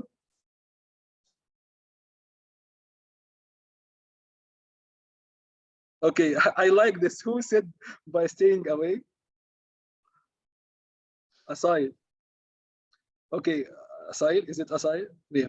Okay, Asail is saying, okay, you know, I can avoid the risk. I will not go to the water. I agree with Asail. And this is what sometimes we do in the big organization. We said we cannot handle, you know, being on the online. So I cannot be online. But you are losing a lot of fun not to go to the water. But someone else will say, okay, I wanted to mitigate the risk. So I like what Haya said, by wearing a life jacket. So now I'm mitigating the risk, reducing the risk of being in the water and I don't know how to swim. Do we agree? Okay. And the same thing in our environment here. Okay, there is a risk of being online. There is a risk of being connected to another network. Okay, but there is also opportunity because I can gain so many customers to go to my system and the stuff. So what I'm gonna do, I'm gonna try to find the life jacket, okay, reduce the risk. Okay, guys, safety measure. Bravo, Cesar. I'm sorry that the name is not clear for me. Ibtisam. Okay. Okay, perfect. Okay, so what kind of categories we can implement? Okay, physical categories. Let's talk about physical category quickly before we go break. What time is it now there for there, guys? 11? Yeah, 11:15. 11:15. Okay, I will explain this, guys, and I will let you go for a break. But just I will tell you what is a physical. Okay.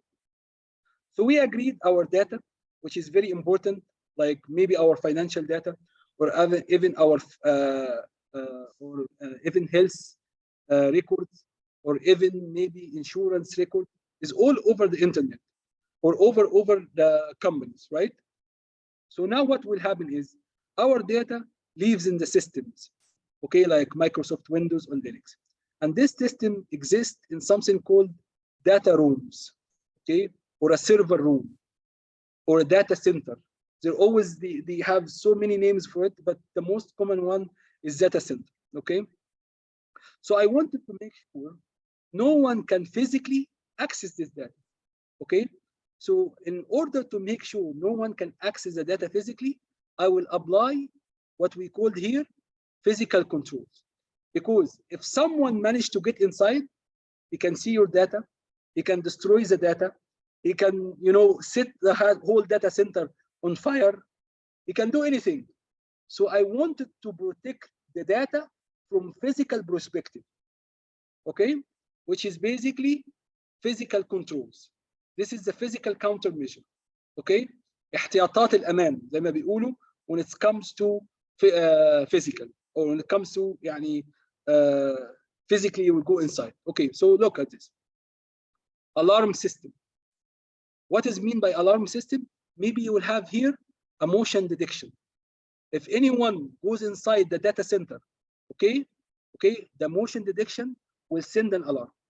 And I'm sure that you have seen a lot of movies about motion detection. If someone walks in a wrong direction or an area which is what he was not supposed to do, it will send an alarm to a guard or someone, right? Yeah. So this is called it alarm system. Locks means don't leave the data center door open, okay, for anyone, okay?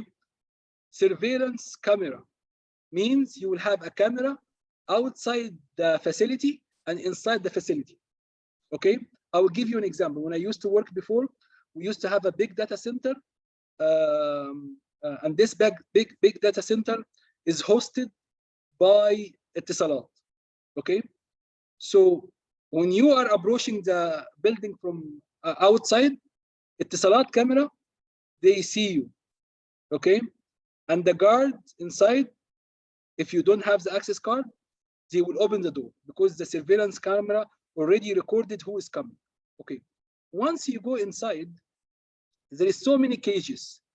One cage maybe for my bank, another cage for another bank, third cage for Etisalat itself, okay? So you will have another camera is monitoring once you go inside your cage, what are you doing? Why? Because they don't want to allow you to come in here and go to Etisalat cage. So they have a surveillance camera from outside and inside, okay? And for you also, later on, if one of your colleagues went downstairs and he done something wrong, okay, the surveillance camera here inside your cage will allow you to know who went inside and what did he do, okay? So this is the surveillance camera, and this surveillance camera is connected to a hard drive and it record for 1 month or 2 months or 3 months according to the regulation or according to what of systems you have. Okay, guys, identification cards, I just explained what is identification cards, mean a card that allow you to go to inside the cage or even inside the data center, and security guards. So we need the human factor. We cannot rely on cards and cameras only. Why? Because what if you lost your card, okay? What if you lost your card and someone found the card and then he went right away to your data center, okay? If no one can stop here, they used to have a guard here, okay? And this guard will stop everyone. He will look at his face, he will look at his card, and then he will let him sign a document before he allow him to go to the data center, okay? So this is the security guard is important, also physical control to stop malicious user to get inside the network, to inside the data center physically. I'm talking about physically. Okay, guys? Okay. So far, so good. What is the physically? Okay. Yes. Okay, perfect. Last thing, sorry. Do you guys wanted to go for break and come back, or do you wanted to continue this 2 pages and then we go for a long break? Yeah, continue. Let's continue. Continue, okay, so, then We go for a long break. Okay, perfect. Yeah. So let's go for the technical controls. Technical controls mean, guys, what? Okay, let's go and draw this diagram. Okay, so this is gonna be your network. Okay, خلاص, we implemented all physical controls. What happened in the last few years, since 2000 to 2020, a lot of companies, they are now connected their systems to the internet. So this is your data here, and this is your servers. Okay, this is your server, and now I wanted clients from all over the world to connect to my system over here. So I will get a connection to the internet. This is the internet. Okay, and I'll allow all this client to access. Okay, so physical, I'm not worried about it. I'm worried about who is gonna access me logically. Logically mean over the internet. Okay, so here, guys, I wanted to make sure that the person is gonna come to me from the internet accessing my data in here. Okay, I wanted to make sure that he is really the person who is supposed to access the data. That's why I will introduce something called access control. Is AAA: authentication, authorization, and accountability. That's what we have just said before. Okay, how I can implement authentication? I told you, something you know, something you are, something you have. So if you are coming to access my data, I will give you a smart card. Like some of the banks, they give you a smart card, and you have to type the PIN, and then it will give you OTP password. Okay, so smart card is considered a technical control. What is a technical control? Is to stop logical access. If you have the card, you will be able to logically access the data. If you don't have the card, you will not be able to access the data. Encryption. I mentioned encryption before. Encryption means, guys, okay, when I send my data here to the internet, these guys are sending a request, his username and password, and he receiving some information. Do I want someone from the internet to see the data in a clear text format? No. So I implement technical control to hide the data from the guys from the internet. And this is considered a technical control as well. And what is encryption will achieve? Will achieve confidentiality as well. Why? Only authorized person can see his data. Anyone in between, they will not be able to see the data. And I give you the example of the Chinese people and the hair and all the stuff. Okay, how about this one? Access control list. This is another technique to make sure that in every organization, I will implement something here called firewall. And I will explain firewall later on in a deep details. But firewalls is just like a bodyguard, okay? And this bodyguard will do what? He will check every connection coming. If this connection is allowed to get in, he will allow this connection to him. If this connection is not allowed, he will deny it. Imagine you have a party, for example, okay? And you are invited 20 people to come to your party or whatever, okay? So you will hire a bodyguard with something called invitation list. And whenever someone coming, he will compare this guy's invitation list with the list he has. If it match, he will allow him in. If it doesn't match, he'll say, sorry, you are not allowed to be in. And that's exactly what is access control list is all about. Access control list, it will check and match the IP and the IP address you are coming from. If it matches, yes. If it doesn't match, it will not work. I'll give you an example that you can do at home. So for at home, you have something called wireless router, right, guys? You know wireless router? That's the one that you use to access the internet. Yes. In a wireless router, there is an area called MAC filtering. MAC filtering. And we agreed last week, MAC is the physical address of your computer, right? Do you guys remember what is MAC address? Okay. All right. So in the MAC filtering, you can come here and add the MAC address of your computer. And I show you, if you write ipconfig, you can see your MAC address. So you can add your MAC address here and MAC address here. Okay, so only you, because you added the MAC address, and only your sister can access the router and enjoy the internet. Anyone, his MAC address is not this not in this list, he will not be able to access the router, will not be able to access the internet. And that is what access control list is all about. Okay, now do we understand this example? Yeah. Okay, also we have something called intrusion detection system and network authentication, and we talked about network authentication, which is basically something you are, something you have, something something you know. Net intrusion detection system is an advanced topic. We'll talk about it later, inshallah. Okay. One thing which is important also as a control dimension. Control is a countermeasure. And why we need to countermeasure? Because we wanted to reduce and mitigate the risk of someone compromising our system. Okay, so we discussed so far physical control, which is someone physically going inside the data center.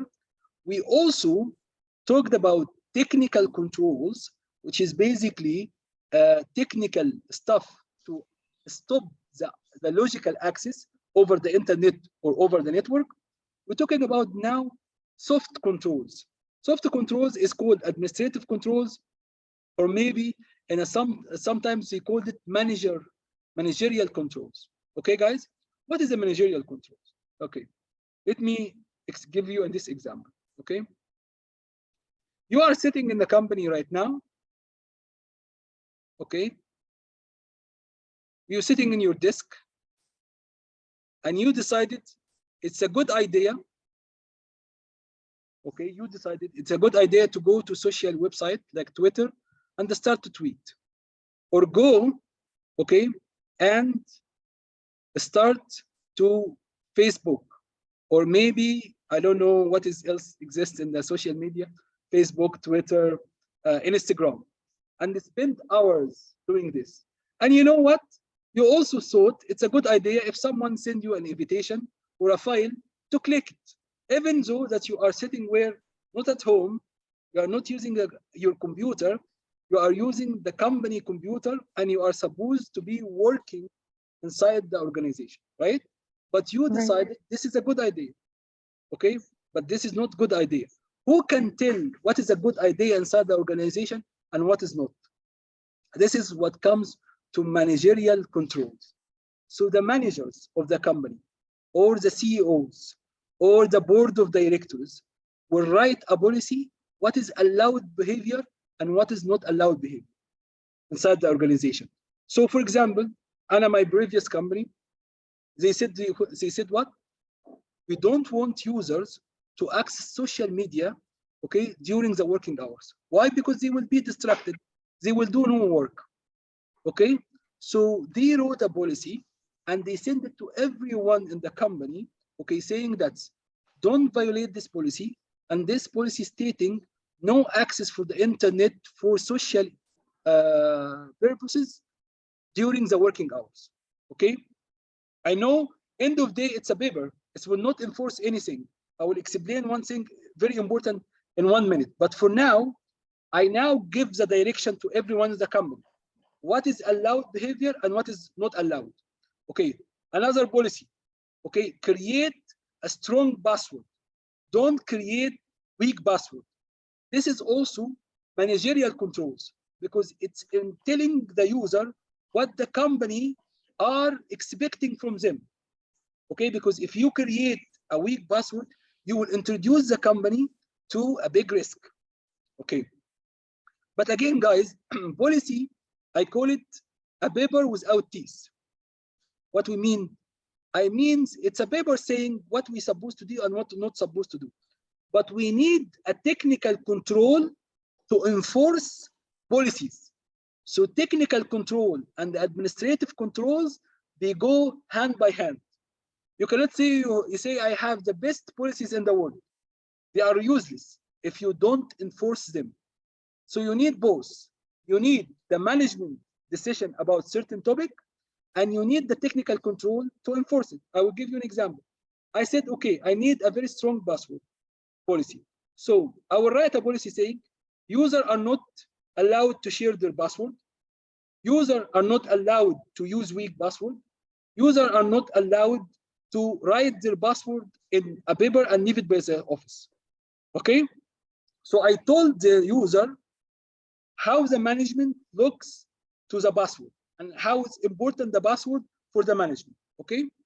I need to buy a solution here, okay, a technical solution to enforce complex password. Maybe Active Directory. I can go in Active Directory. I don't know if you guys know Active Directory or no. It can enforce very strong password. Or maybe I will go to identity and access management system and enforce multi-factor authentication. So I need both of these controls in order to protect the data. The managerial controls and the technical controls and the physical controls, they will work all together to ensure data protection. Okay, I hope this is clarify a lot of stuff when it comes to control. Okay, guys? Okay. Yeah. It's considered control use of administrative privilege. It is considered controlled use. Okay, I'm sorry, Shahd, can you clarify your question? It is considered. Okay. Okay, Ustaz Naif is saying contiguency planning. Very good, Ustaz question. I will go explain what is contiguency planning. Contiguency planning, guys, is basically if your company is being hit by attack or by disaster, okay? And we are relying on our data center for everything. And we hit by an earthquake or someone hacked our database. Okay, what is our ability to continue working in this company? Okay, and that's what contiguency planning is all about. They plan for the worst case scenario. Let's say we are hit by a spike. Let's say that we are hit by earthquake. Let's say we have a hit by a fire. Okay, do I lose all the data of my clients and I lose all my business? No. So I will plan, okay, what I will do in a case of disaster. So this is a managerial point of view, Ustaz Naif. So I will write the plan. How would I write this plan, Ustaz Naif? I will say, what is the most important assets for me? The database. What is the second most important thing for me? Email system. What is the third most more? CRM system, customer relation management system. Okay, so I will say, okay, this system I cannot live without. Okay, so I will start planning.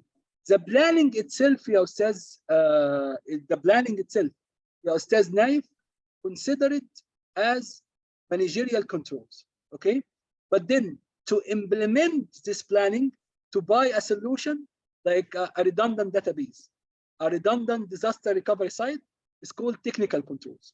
So you need both of them, administrative controls and technical controls, working hand to hand to achieve data protection. Okay, one last thing that I wanted to explain before we end the session for today. It's important to explain. Okay, I keep telling you guys, we need to protect our data. We need to protect our data. We need to implement countermeasures to protect our data. We need to make sure that we implement confidentiality, integrity, and availability. But why we do all this stuff? Okay, again, this is the one that they said $1 million question. Okay, because we living in an era, they called it the digital economy. Okay, 9 out of 10 companies, they relying on data to make money. Okay, I'll give you an example. Imagine tomorrow that your bank, okay, doesn't have all the customer data. What happened to your bank? Can someone tell me? It will go bankrupt. May have 100%. It will close down. Khalas. Yeah. And there is so many stories that exist for companies. They were not taking really proper care of their data. They lost the data and cyber attacks, and they have to close down. Yeah. So we're living in a digital economy. Saudi Arabia specifically, they are moving towards digital economy. Okay, what mean you are building new cities is all about technologies, right? And embracing a lot of new technology. So if you lose your data, if you don't protect your data, you can lose your business. Okay, so I need my data to keep working because we're living in the digital economy, and that's why we need cyber protection or cyber security protection. So this is the big picture. So the big picture, we're living in the digital economy. Okay, our companies relying on data to conduct day-to-day business. Okay, so we want to minimize the disruption and the attacks to our data. Okay, so this is how you approach the whole, this is how everything makes sense. Okay, if I don't have my data, I will not be able to continue providing my customer their service. If I'm a bank, I cannot do my bank. If I'm a telecommunication company, I cannot really do billing to my customer. If I am a utility company, I cannot really give service to my customer. Okay, if I'm selling product and my website is down or my database is being hacked, I cannot really sell any of these products again. So we use this data as a lifeblood for our company. So we need to protect it, 100%. Okay, I like what one of you guys said before. I can do one thing. I don't want to be online if there's so much cyber attacks. But if you are not online, you're losing a lot of opportunity to communicate and to have customers. Okay, I know, you know, for fact, I will tell you what, I feel sometimes there is certain facilities, they shouldn't be online. For example, nuclear facility. Okay, why I connect nuclear facility to be online? Okay, they don't have any customer. No one wants us to know anything about it. They should be in the back end working to give electricity to the electricity companies.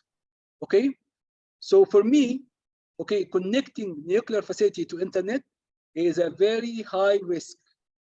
And if you have any doubts, inshallah, in the few next days, we'll talk about one of the virus that was early in 2010. It's called the Stuxnet, and how this virus managed to sneak inside the uranium facility in Iran, and it was very close to explode the whole region. Okay, guys? Okay. Okay, so this is okay, but let's say that I need email address, I need to have a presence online, I need to have a website that people can browse like an Amazon or noon.com or whatever to buy online and sell online. So I need a presence because it will give me opportunity.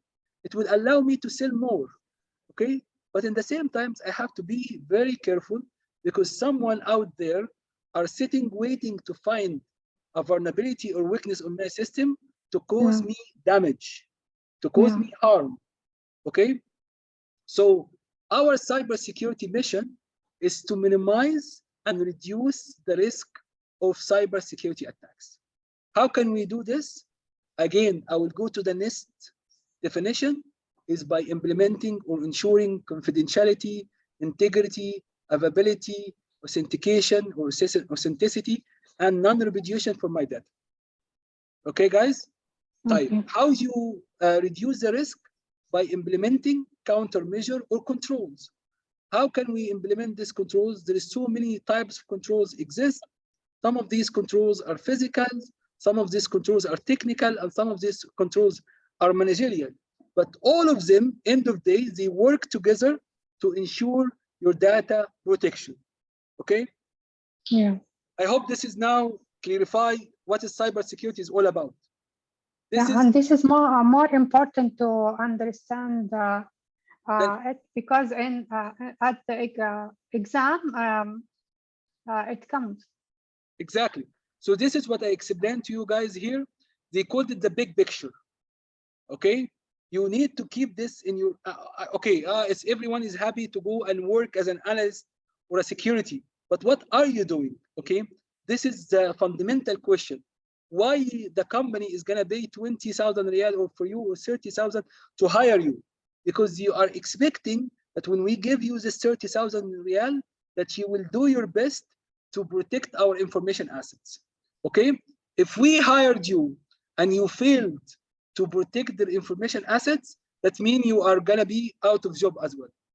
They will be out of business and you will be out of job. So you need to strive and you need to make sure that you do all of your best to protect the company assets. Okay, think like a hacker. What the hacker will do to infiltrate my network, to go inside and cause me damage. And then accordingly, take the countermeasure steps to protect your network from these bad guys. Okay, and that takes us to what kind of bad guys we will see. And I will stop here, guys. I promise. I know that I talked a lot today, and most probably you guys have headache from listening. So I will try to, inshallah, minimize the headache by giving you a long break. But again, alhamdulillah, this is the most important. Great. We understand it's all this. It works together. Yeah, we studied separate, but now it's so beautiful. Yes, exactly. This is important, and I agree with Ustaza Nashwa. The Nashwa, right? Okay, that's we need to understand the bigger picture. Okay, so we said okay that we having a system. The system is important for our company. Exactly, Ustaza. Who is this person? I'm sorry. Is it? I'm sorry. Can you spell your name? Nawara? Noor? Noor, right? Or Nawara? Nawaf. Nawaf. Okay. Nawaf is saying that is important. Okay, I tell you what. Nawaf, it's not important. It's highly important.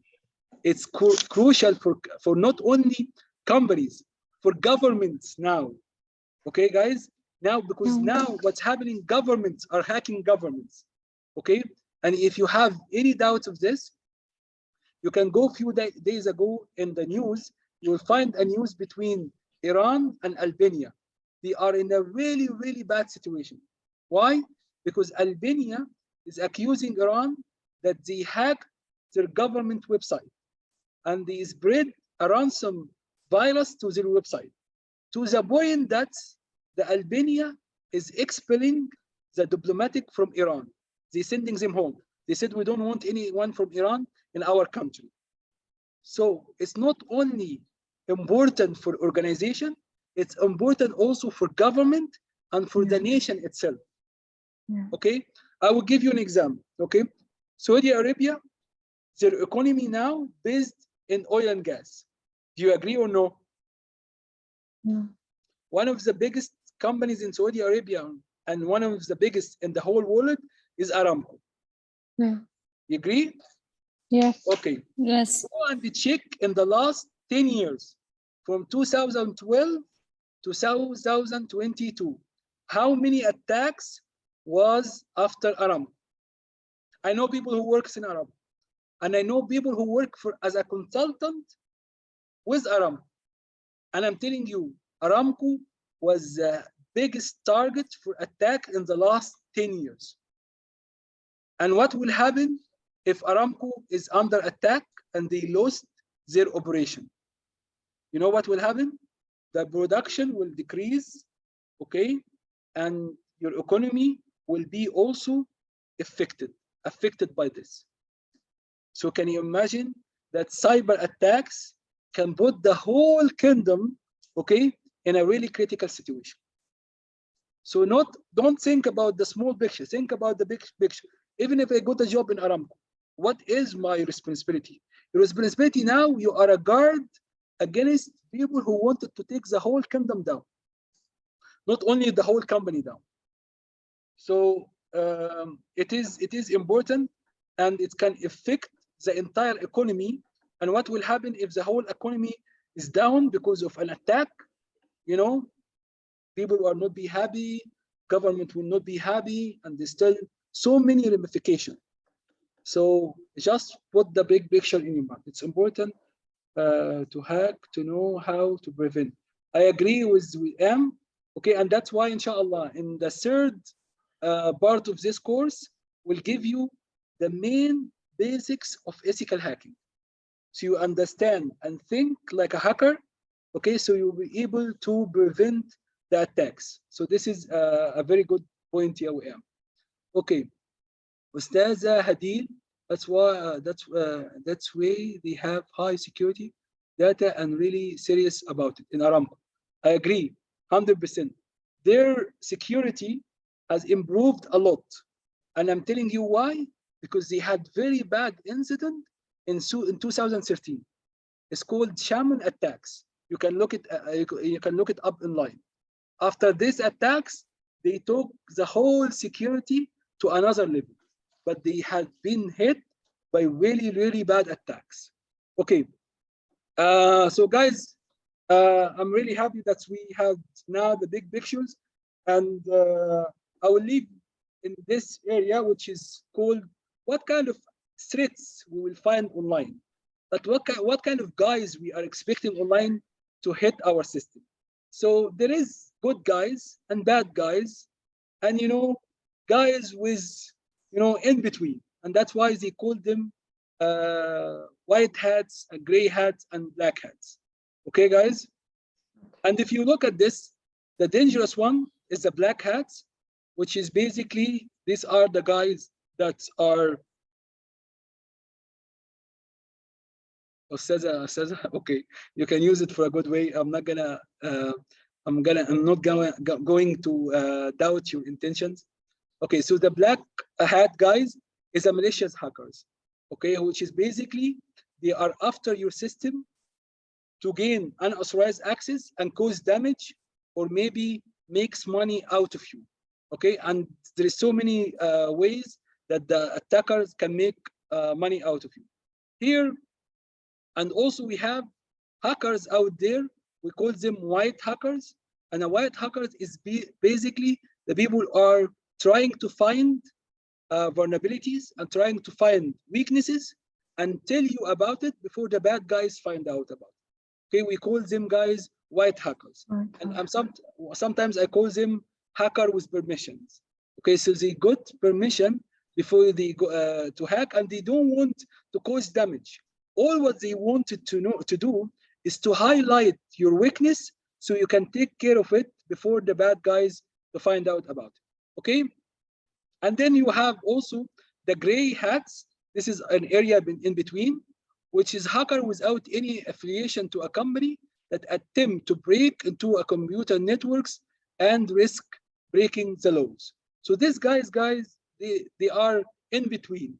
So sometimes they do this for money. So after they find a vulnerability, so they go to the company itself and say, you know what, we find a vulnerability, give us some money to tell you what is your vulnerability.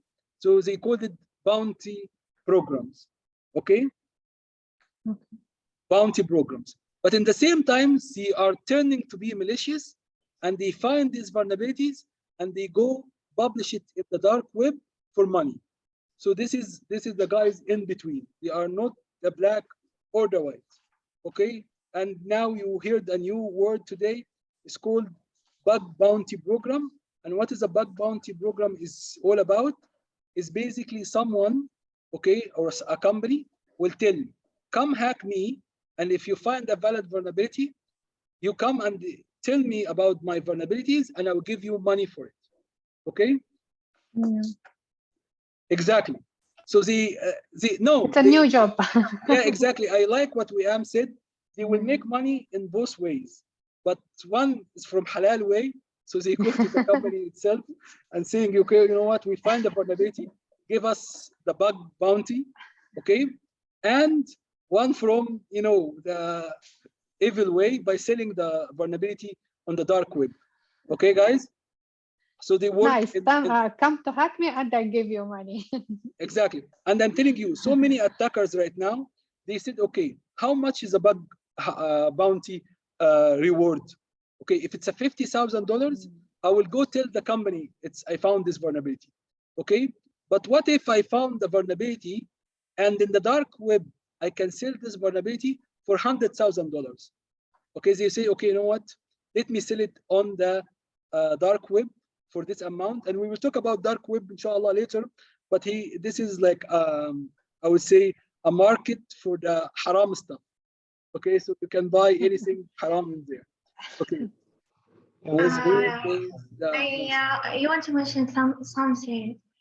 Gray hat, when you want to hack any company to find their vulnerabilities and to tell them I find vulnerability in your system. Actually, this is not legal in Saudi Arabia, and they can sue you. Okay, and this will make a huge problem for you. And I want to notify all the people here. Do not try this in Saudi Arabia. Okay, thank you very much. Yeah, but there is some companies offer that. Yeah, the companies, they offer the bug bounty programs, and they will really open the door for you to go and test their systems. Okay, and I'm telling you, even here, and I was based in. I have also go to Google website and there is me. Yeah, and I'm telling you, even in Egypt, I was working for a bank, you know, and they always, you know, they go for a very professional company. Okay, and I will let you, I think this is very effective way to do it. They will go for a white hacks. Okay, and they will say, okay, you know what, we'll allow you to do ethical hacking. Go and try find vulnerabilities. Okay, but we will not giving you money until you're giving us a valid vulnerability. So we will hire you in one condition. Okay, you will only get paid if you find vulnerabilities. Okay, so this is another way to hold the stick from the middle. Okay, I don't know who said that, but it's a very good point that you need to really check the website of the company and make sure that you are not breaking the laws and take the permission. I agree, Ustaz Anwar. Can you try on offline passive hack? You can try offline for sure, hacking in your computers or within your system, as long as you are not misusing the communication, as long as you are not misusing other people's systems, it doesn't require any permission. So if you are creating your own environment, ya Ustaza, and you keep hacking it day and night, no one tell you what are you doing, okay? And even within your company, if you are hacking and checking the system resiliency and the system vulnerabilities, no one tell you what is it wrong or bad. Once your traffic is online on the internet and you are accessing other people's systems, that will take us to this. If you guys remember, we talked about laws in the US. There's a similar laws also, I think, in Saudi Arabia right now for computer misuse or abuse. See, this computer acts, its laws means by laws, if you hack to another people's system, if you hacked to a communication system like the internet, by law, you can go for the jail and you have to pay a fine. Okay, and you know these guys who come up with Morris Worm, they give him 1 year in the prison, and I think 1 year not touch any computers or something like this. This was his sentence. Okay, but I know right now I will talk about UAE because I lived in UAE for a while. There is hacks laws in UAE. So if you hacked computer system for a company, or you are misusing the internet connection for hacking, you can end up paying 1 million dirhams, and you can spend 4 or 5 years in the jail. Okay, so this is hacking is not fun when it comes to laws. That's why there's a lot of hackers. You will find them in Thailand, in Philippines, in Russia. Okay, whereas the laws are not restricted to hacking. Okay, so watch out from these guys. Okay, guys, I hope this was an informative meeting, and inshallah we'll continue tomorrow, different between gray and the blue. Okay, so the blue, Ustaza Maha. Okay, so Ustaza Maha, blue team is the team that you have inside your network to defend and to find the vulnerability within your network. Okay.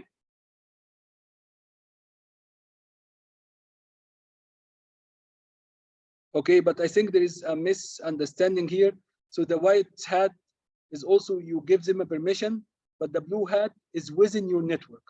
Okay, and these guys are taking a permission to find the vulnerability within your organization. Okay, white hack is basically someone in general is hacking with permission.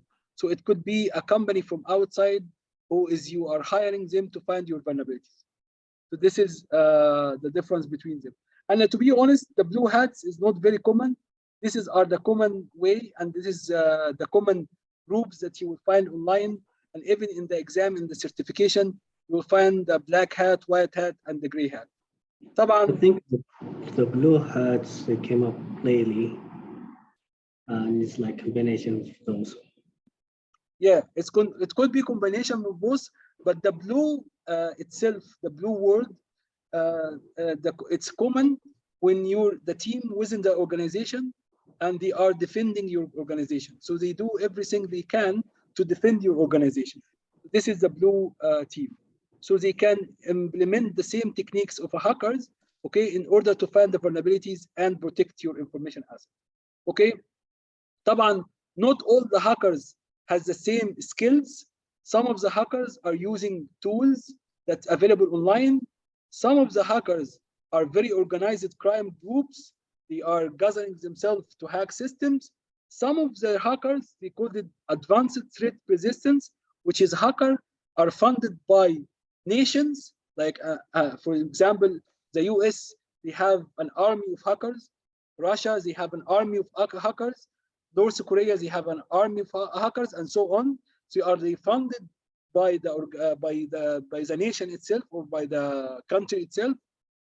And we have also hackers that they hack for a reason. So they don't like certain, for example, political view. So they hack the government. And for example, مثلا, there is when the conflict between Israel and the Palestinians. Okay, there's so many people are hacking the Israelis. Website. Why? Because they said that Israel is wrong to occupy all this land. Okay, so they hacking for a reason. Okay, so we call this hacktivism or hacktivism. Okay, and as I mentioned, every one of these hackers, they do have different skill sets. Okay, as you can see from the script kiddie is they use very simple and their damage is limited. But you can see the advanced resistance threats are really advanced and well funded, and they have a big teams to do a real harm. Okay, if you guys wanted to know what advanced resistance threat can do, you can read about something called Ukraine blackout in 2016. So a group of hackers, they mostly Russian, they hacked the power system of Ukraine and they took the power system down. So they went to a blackout. Blackout means there is no electricity. Okay, for I don't know 500,000 people or something. But it can really be. Yes, I watched it long time ago. So Lamia, Mr. Robert, this is part of Hacktivist. So he was basically doesn't like the monopoly of this big organization, and he wanted to take the whole organization down. Okay, because he sees that he is a brilliant hacker, but again, يعني, I would say it's a good series to watch. Okay, but not everything that you watch in this is 100% true. I found something is really silly. Okay, because it's not gonna fool the FBI some stuff that he used to do. But anyway, I'm not gonna go in details because most of you guys have not watched it. But again, inshallah, maybe one day you have time to watch it. Okay, guys. I was going to talk about vulnerabilities, but we don't have time today. Inshallah, we'll do vulnerabilities tomorrow.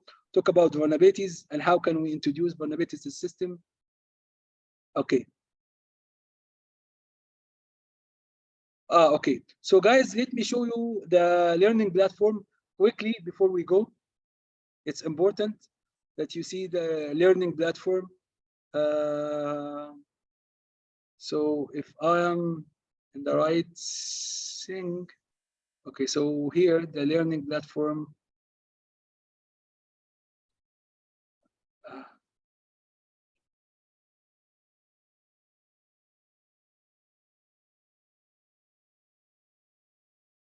Sorry, I just losing my sites there even. So this is the website. Okay, let me clear all this mess here so you can see the website. Okay, guys.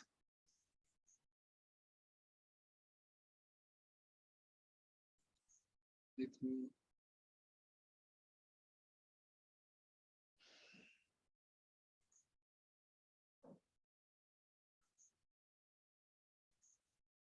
I have that website open for a long time. I have no idea where is it now. Okay, let me check my other browser. Yes, here. Okay, here. Okay, guys. So can you guys see the learning platform? Can you see my screen right now? Yeah. Yes, we see Yes. it. Okay, perfect. So this is the session number 1. Okay. In the beginning, you will find controls. It talks about controls. Okay. But I couldn't really explain the control part without telling you where is the control is used for. So I started with threats, okay, vulnerabilities and risk, and then we started to talk about control. So this is something we cover. We covered the word standards, okay? Where is the standards come from and what is exist in the document standard? And you can see there is a standard as like ISO and NIST standard and all the stuff. So I would highly recommend to go to standard, okay? Then you will find a small quiz over here. And then you will come here and start to look how to secure data. So I would like you guys to read this also. Here, this is the threats actors. This is what we talked about: white hat, black hat, gray hats, and all the stuff. Okay, and this is how the threats are getting information about the target. We'll cover this in more details when we talk about hacking, but they are using open source intelligence to get information about you and your organization. And then, lastly, they will talk about vulnerabilities. And if you don't have time to read this, you can watch one of our colleagues are explaining what is a vulnerability, and I explained already what is the meaning of vulnerability, but he is going in details what sort of vulnerabilities we find. Okay, so this is vulnerability, and by this you will finish the whole chapter. Okay, guys. Sorry, not the whole chapter. The day number 1. So we covered most of it, but I was emphasizing about the big picture, about risk and confidentiality and integrity. And I think in the first day, in the first thing in the morning, okay, you will find also talking about confidentiality and integrity and all the stuff. I don't know if it exists or no, but it's fine. I already explained this, so I hope that is clarified a lot. Once we finish this, guys, okay, you will go to this part, which is going to be the VM setup.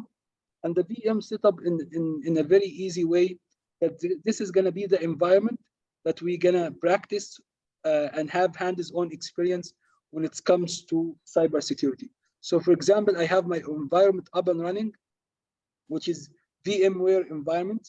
You can install VMware or you can install VirtualBox, and you will have all your machine here that you're going to use and to do the labs. So it's going to be fun today to create Windows machine and Kali Linux machine and try to make sure that the Kali Linux machine has a connectivity to the Windows machine. So later on, when we implement some labs, you will be able to implement this. Okay. Okay. Okay. For tomorrow, guys, I would highly recommend to read the website before you come to my class, because what we tomorrow we'll do a small revision in the morning about what exists in the website. Okay. Sorry, a small revision for what we studied today. And then we will go for a discussion for what you have guys read in the website. And then I will give you my lecture later on. So tomorrow will be a bit different than today, because today I talk the whole explanation part. What is the difference between cybersecurity, threats, actors? Because we never studied. But tomorrow, I expect you guys to read the content in the website. Okay. Nawar, go ahead. Okay, Mr. Shadi, should we install the shared link of the Kali Linux? Or Yes, we will you need to install download the together? Kali. You need to download the Kali Linux that Mr. Derek have already shared with you. We have already downloaded. I need I'm talking about install it. Okay, installing that. Just wait for the session afternoon to show you how to install it in a proper way. Okay. So for the session afternoon will explain how to do this. Okay, perfect. Thank you for your question. Okay, so the session afternoon today with Asad or with Derek is basically, guys, to show you how to get this two machine up and running, how to get this two machine on the same network, and how to get this machine to bring or to have connectivity check between both of them. If you have these two machines up and running and they are connected, seeing each other, they can communicate, that's perfect. That's mean you are done for the lab. Okay. Dr. Asad and Mr. Derek, they will come around 1:15, which is basically an hour and 15 minutes from now. You guys can go. I'm sorry, I promised that I will give you more relaxation time, but I think 1 hour, inshallah, avoiding heavy social media time, it will be fine. Just pray and get some rest and have some lunch, and inshallah I will see you guys tomorrow. Okay. Thank you so much, Mr. Shadi. Yeah, and again, guys, if you have any concern, if any things that some of you, mashallah, reach out to me on DM and Slack, and sorry, not Slack, Discord, and told me they have issue in some stuff, and I already communicated with them back. So I wanted this is always to have this open channel. Don't be shy to say anything. And inshallah, I'll see you guys tomorrow. Have a great day. Inshallah. Shukran.